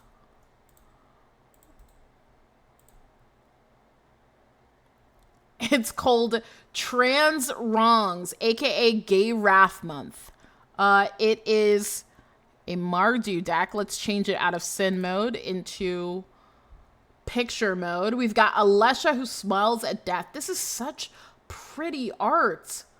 Oh my gosh, so beautiful. Okay, I need to be less mesmerized by Alesha. It is, let's look at what the deck is trying to do. Explain the goal or theming of your deck and how you win in practice. Some light stacks, some reanimation, big swings, and sacks. Weaknesses of the deck. Combo decks, burn, and trample. Okay. John, I think every deck struggles with those 3 things. Combo decks, burn, and trample. I did like a whole article on combo decks and burn decks. Let's see. Let's take a gander at the lands. 31 lands. 35 lands with MDFCs. I'm already slightly tilted. 35 is okay. I would like it to be 36. Let me see what the MDFCs are. If it's the ones that you can shock in for 3. Yeah, that's a shock in one. Nope, that's a tapped one.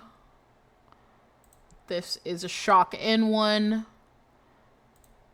This is a shock in one. There should be one more.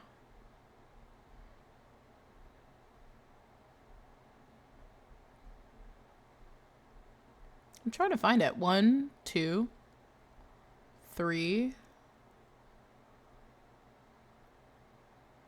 4. Where's the 5th one? Anyway, we'll find it eventually. Okay. Let's start with the creatures. Since they said that their deck is reanimation, big swings, and sacks, we're looking for that in all the creatures. Is one of them a land on both sides, maybe? I'm just trying to figure out if I can even find one that has the double-sided button.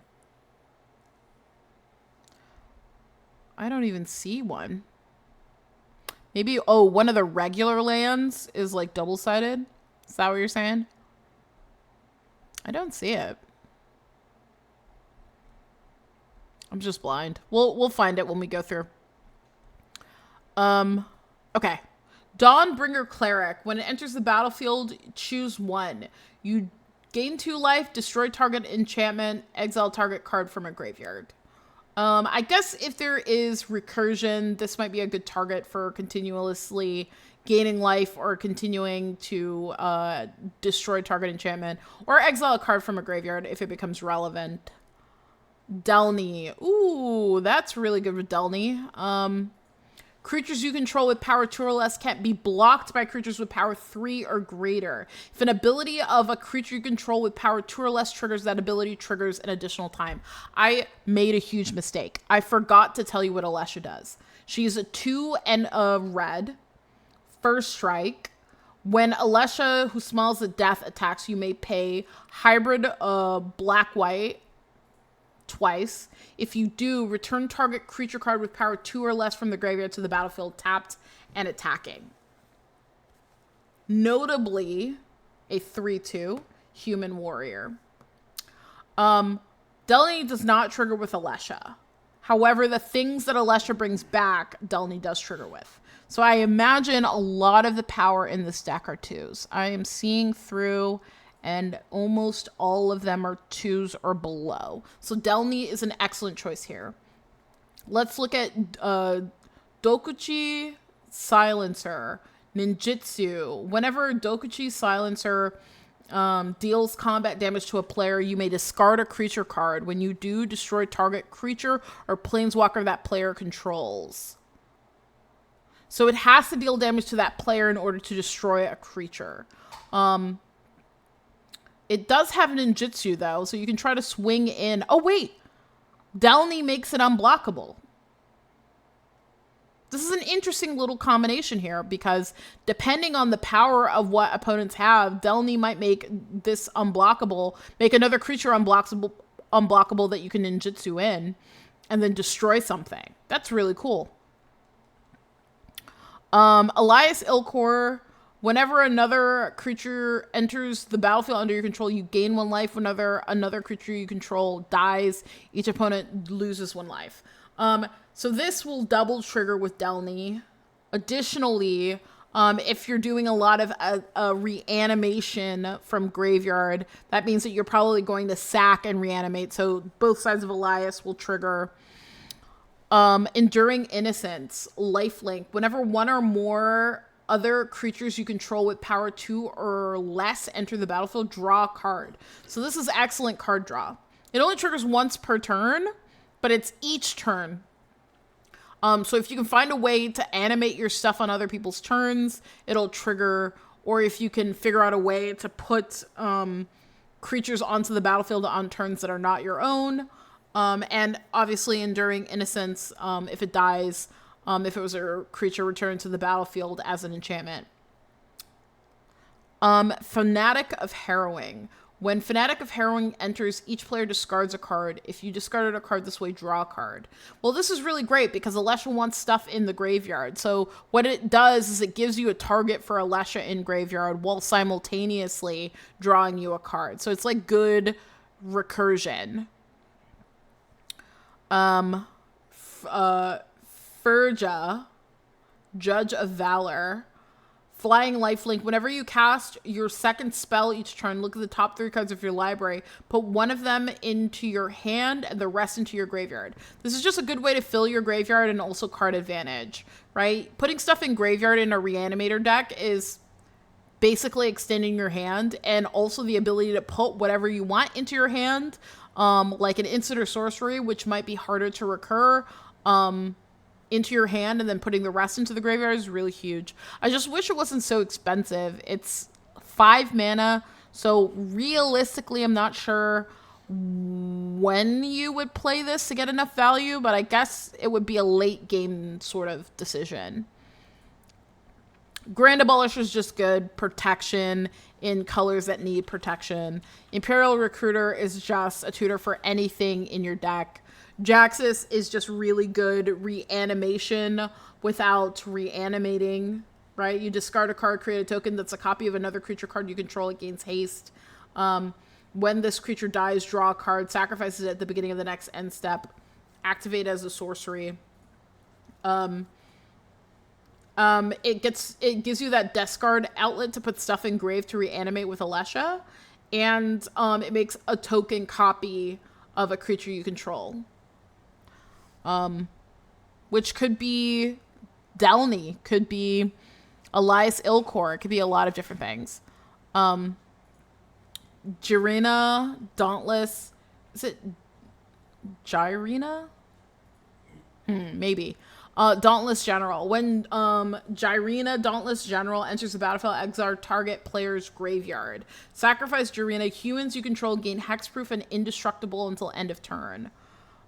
This is a really good reanimation target because when she enters, she exiles a graveyard, and when you sack her, humans you control gain hexproof and indestructible until end of turn.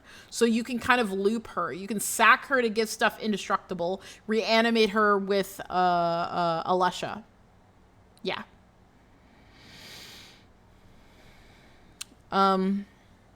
Karmic Guide is just good reanimation for a low cost.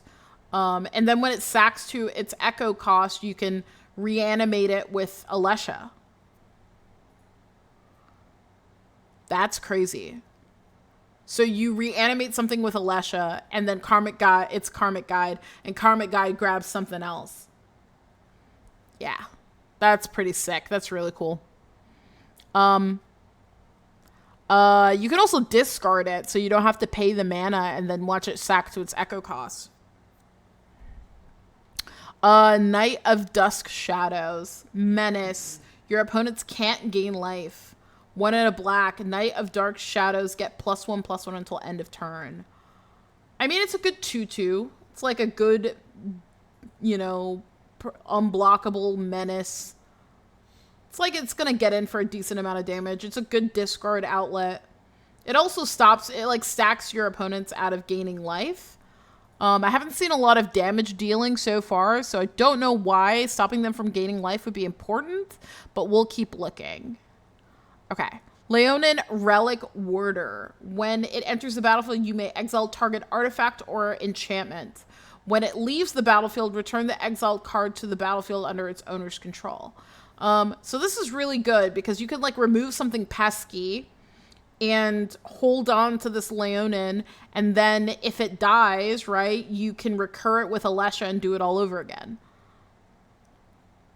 McCready, whenever a creature you control with power 2 or greater attacks, it gains Skulk until end of turn. This is just like a secondary Delny in that it makes your 2/2s unblockable. Whenever a creature you control with power 4 or greater attacks you, its controller loses 2 life and you gain 2 life. So It also has this incentive that like minimizes the damage, right? It makes them lose life and you also gain life to mitigate how much damage you actually take when a power 4 or greater attacks you. Master of Cruelties. Master of Cruelties can only attack alone.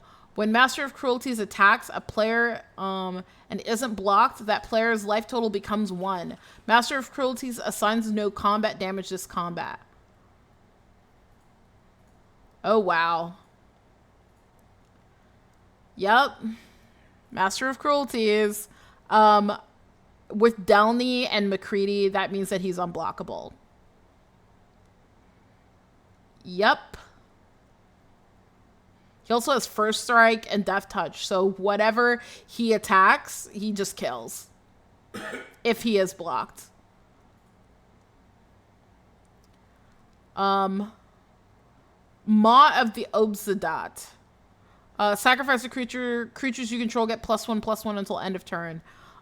This is like a really good way to like interact with like tokens that Jaxis creates, because you can sacrifice them to give your creatures +1/+1 after you make them. It also, because of the recursion strategy, you might want to sack things like Imperial Recruiter to Maw of the Obsidat after you fetch for something, and then reanimate it with Alesha,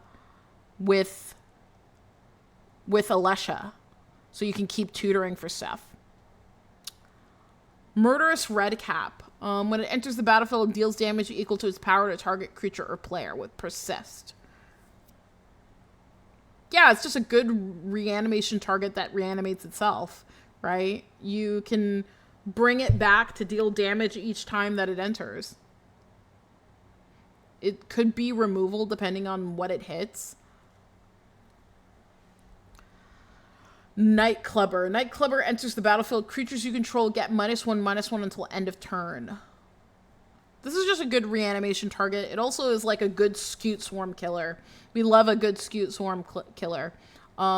It just enters and pops everything that's 1 power. It's reanimated with Alesha. It can keep being reanimated depending on how good your loops are. I haven't seen multiple combats with Alesha so far, but if there are ways to double trigger her or to increase the amount of combats that she sees, Nightclubber might actually be a good way to like wipe the board depending on how many of them you can get. Felia. Exile up to 1 target non-land permanent. At the beginning of the next end step, return that card to the battlefield under its owner's control. If it entered under your control, put a 1/1 counter on Felia. I mean, it's a 2/2 with flash that exiles stuff. Not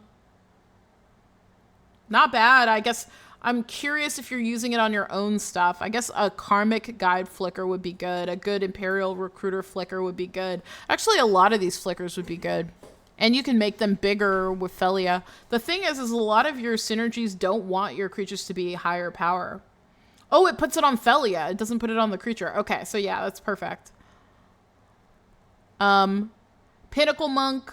When it enters the battlefield, return target instant or sorcery from your graveyard to your hand. I mean, Boros Charms, Chaos Warp, Path to Exile, Swords to Plowshare, Untimely Malfunction. These are just good targets for this. So a Pinnacle Monk is pretty good. It also has Prowess, so whenever you cast a non-creature spell, it gets +1/+1 until end of turn. And if you're not feeling, you can have it come in as a land. Plundering Barbarian enters the battlefield. Choose 1. Destroy target artifact. Create a treasure token. This is really exploitable with a lot of the cards that blink, like Felia.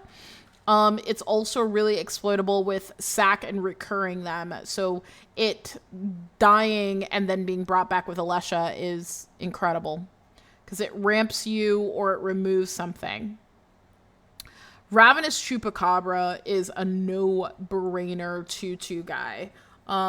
You want to recur him as much as possible to like blow up things that you just need to get rid of. Reinforced Ronin, haste. At the beginning of your end step, return Reinforced Ronin to its hand. Discard Reinforced Ronin, draw a card.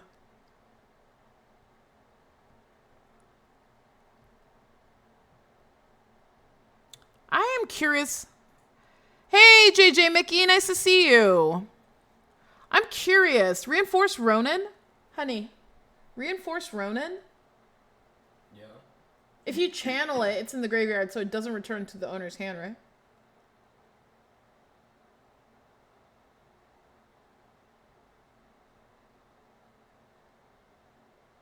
Yes. Okay, just making sure. This is just a really good reanimation target. It's got haste, it's a 2/2. It's 1 red. It's just like good to be able to discard it to draw a card and then recur it with Alesha. Put it back in your hand, discard it again, draw a card. It's like a pretty reasonable card draw engine. Shay Cormac. Permanents your opponents control lose hexproof, indestructible, protection, shroud, and ward until end of turn. Whenever a creature an opponent controls becomes the target of a spell or ability you control, put a bounty counter on that creature. Whenever a creature with a bounty counter dies, put 2 1/1 counters on Shay Cormac. It's just a good way to get through on like creatures that are hard to touch. It also is like recurable. It's a good way to make this guy pretty big too. I don't know if that's the real reason. I think it's the getting rid of all the protective keywords that are really the avenue here. Silent Arbiter. I think this is to guarantee that your creatures are able to get in for damage. It just, I guess I'm trying to figure out how the damage really happens, because I see a lot of 2/2s and I think about life totals and I'm trying to figure out how you manage to get that life total low. I see a lot of value, don't get me wrong. Everything looks really, really good and recurable, but Alesha only really recurs 1 per turn. Yeah, I'm curious. Maybe it's the no more than 1 can block, so you attack with Alesha as 1 attacker, and then get a second one attacking that can't be blocked. At least that's my thinking. Sad. Is this Sadbot? Yeah, this is Sadbot. It's just good to recur him for card draw and like ramp. Tajik, when Tajik or at least 2 other creatures attack, Tajik gets +5/+5 until end of turn. So it can be declared as an attacker that cannot be blocked with Delny, right?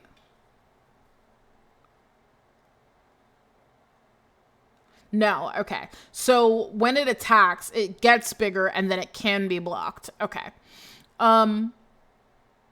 It's just a 2/2 that you can recur with Alesha.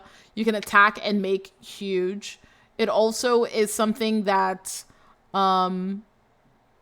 you can give Skulk until end of turn and then is not blockable.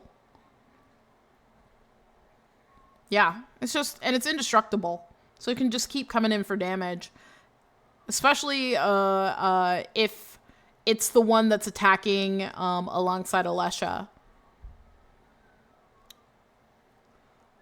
Okay, Triarch Praetorian. When Triarch Praetorian enters the battlefield from a graveyard, you draw 2 cards and lose 2 life. Flying 2/1. This is really cool because you can draw 2 cards every time you reanimate this with Alesha. And if you're doing like reanimator sub-theme, it might be a good way to just draw cards. Twin Shot Sniper. Reach. When it enters the battlefield, it deals 2 damage to any target. Discard Twin Shot Sniper. It deals 2 damage to any target. I feel like you're definitely discarding this and channeling this to deal the damage so that you can reanimate it with Alesha just to do 2 more damage.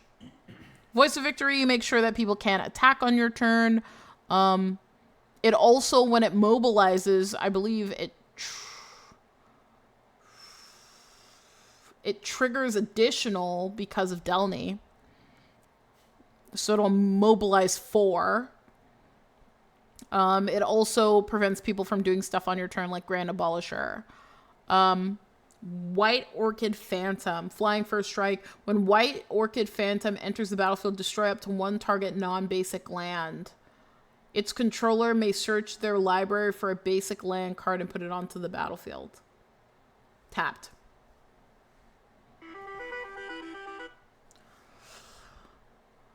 Ooh. Okay. Windborn Muse. It's a Staxy little protection piece. It also is a 2/3 with flying that you can recur with. People are going to try to blow up this Windborn Muse, and now you have a way with Alesha to keep bringing it back out. It's a good way to protect yourself. Wisp Drinker Vampire. When another creature with power 2 or less enters the battlefield under your control, each opponent loses 1 life and you gain 1 life. This with Elias Ilkor are definitely going to drain the table because I feel like these Alesha loops are going to be more than just Alesha. Buried Alive. It's a good way to put stuff in the graveyard that you want to recur with Alesha. Dewdrop Cure. Return up to 2 target creatures, each with mana value 2 or less from your graveyard to the battlefield. If the gift was promised, instead return up to 3 target creature cards, each with mana value 2 or less from your graveyard. This is just like basically Mass Reanimator for 2/2s. So the stuff that I haven't seen sacking yet, but it is a good way to guarantee recursion without Alesha. Single combat. Each player chooses a creature or planeswalker they control, then sacrifices the rest. Players can't cast creature spells or planeswalker spells until the end of your next turn.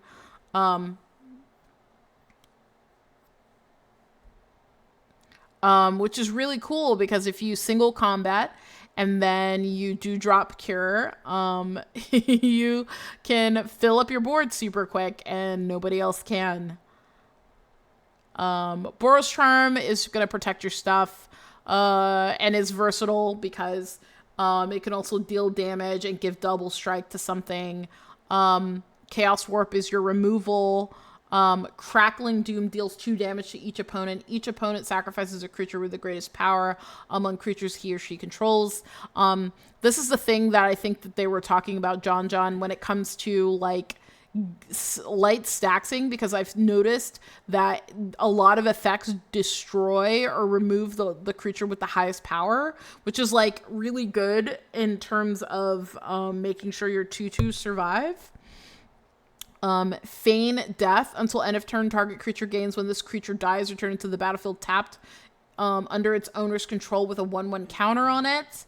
This is like a good way to like recur like a Windborn Muse that someone is trying to blow up, or it's a good way to recur Alesha. Yeah. Flare of Malice. You may sacrifice a non-token black creature rather than play this mana spell. This spell's mana cost. Each opponent sacrifices a creature or planeswalker with the greatest mana value among creatures or planeswalkers they control. This is also really cool with like Jaxis because you can make like a token and then sack it. Oh, it's a non-token. Never mind. You could sack one of your creatures, one of your black creatures like Knight of Dusk Shadow to this effect, and make everyone sack a creature and then recur it with Alesha. Okay. Until end of turn, double target creature's power and it gains first strike. This is very versatile in a kind of like late game combat situation. It also is a good way to like bolster something and kill it without someone expecting you to do that. Orim's Chant, kicker, white. Target player can't cast spells each turn. If this spell was kicked, creatures can attack this turn. Ooh. This is like a good way to stop people from accelerating too quickly and blowing you out. It's also an instant. It's like a good way to like silence everyone on your turn. And it's also a good way to stop people from doing anything on their turn too if you kick it. Path is just a good removal spell. This deals 3 damage to target attacking or blocking creature, or it's a land. It's just versatile. Lazicap's Brew. Gift a tapped fish. As an additional cost to cast this spell, discard a card. Target player draws 2 cards. If the gift was promised, target creature you control gets +2/+0 until end of turn. It's just good card draw. It's also a good discard outlet to put stuff in gray for Alesha. Swords is just good removal. Untimely Malfunction is just budget. Deflecting swap with other modes. Village Rites is card draw for sacking stuff that you can recur. You all are already dead. Destroy target creature that was dealt damage this turn. Draw a card. Yeah, it's just good card draw. And it's a good way to like get in for damage if something is like too big. You like attack with a 2/2, someone blocks, and you're like, okay, well, I'm gonna blow it up. Pretty good. Arcane Signet, Command Sphere, Dark Steel Plate. Let's look at equipped creature has indestructible. This is like perfect for Alesha to make sure that when she attacks, she's protected. Perpetual Timepiece, mill 2 cards. This is really good to fill up your graveyard. Soul Ring is just good. Swiftfoot Boots to protect Alesha. Sword of Light and Shadow. Equipped creature gets +2/+2 and has protection from white and from black. Equipped creature deals combat damage to a player. You gain 3 life and you may return up to 1 target creature card from your graveyard to your hand. This is really good with Alesha. It's just another reanimation target. Talisman is ramp. Assemble the players. You may look at the top card of your library at any time. Once each turn, you may cast a creature's spell with power 2 or greater from the top of your library. This is a good way to extend your hand and provide more creatures if your hand is kind of dead. You can keep casting off the top. A lot of your creatures are power 2 or less, so this is a good way to kind of filter through and get more value without drawing cards.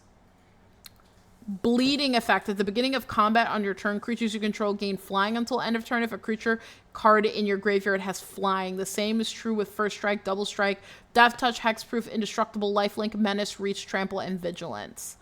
I am going to go look at the keywords. Reach, Flying, First Strike, Haste, Indestructible. What does this say? Flash is not one of them. First Strike, Death Touch, Flying, Lifelink. Yeah, there's a lot of keywords on here. I think that is effective. The Haste is the most notable one because you can cast a bunch of stuff and give it haste with this enchantment if something with haste is in your graveyard. I think the one with haste is the one that you channel too, so you can guarantee to put it in the graveyard too. That is pretty cool. Dance with the Dead is just good reanimation. Reconnaissance is kind of pseudo vigilance. You can remove stuff from combat.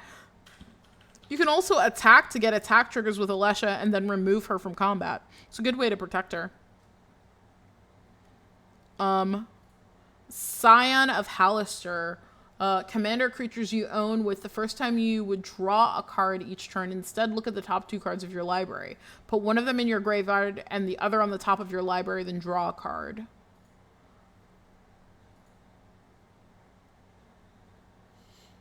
So you draw one, bottom one, and it's every time you would draw a card, you do that? That's a good way to fill your graveyard. LeBlanc, hi. Yeah, hello. I'm glad that you're enjoying the deck review. We are coming up on the end though. But let's look through the sideboard. Harsh Mentor, more Staxy, Insufferable Balladeer, enters the battlefield, target creature an opponent controls can't block, goad it. Okay. Yeah, that's like a good way to like aggro something. It also makes sure it can't block. That might be interesting. Nahiri's Machinations. At the beginning of combat on your turn, target creature you control gains indestructible until end of turn. This might be really good to protect Alesha. Revoke existence. Exile target artifact or enchantment. And then Viscera Seer to just get a sack outlet.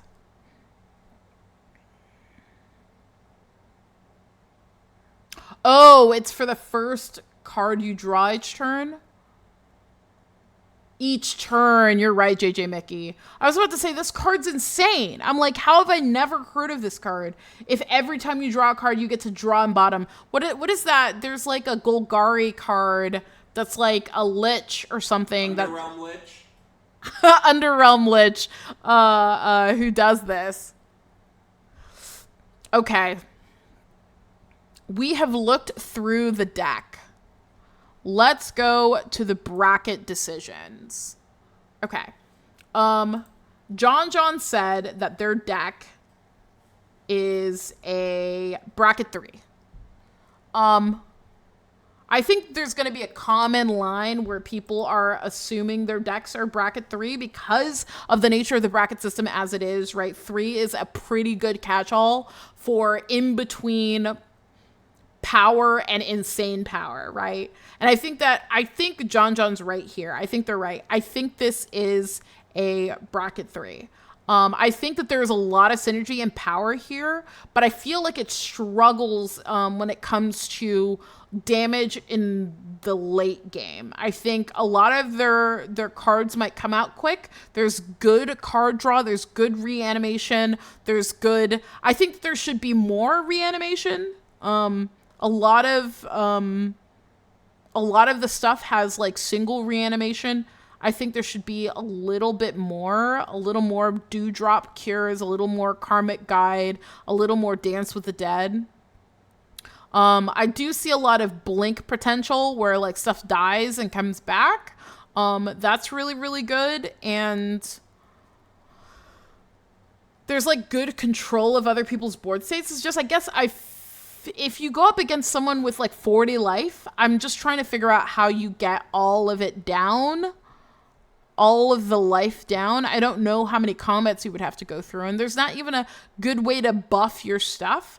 It's just like, I struggle to see how it closes out a game. I can see how it floats in mid game, but I guess I just struggle to see how much damage it actually puts out. But that is a question for John to explain to me, you know, when they have a second. It's just how it deals that much damage.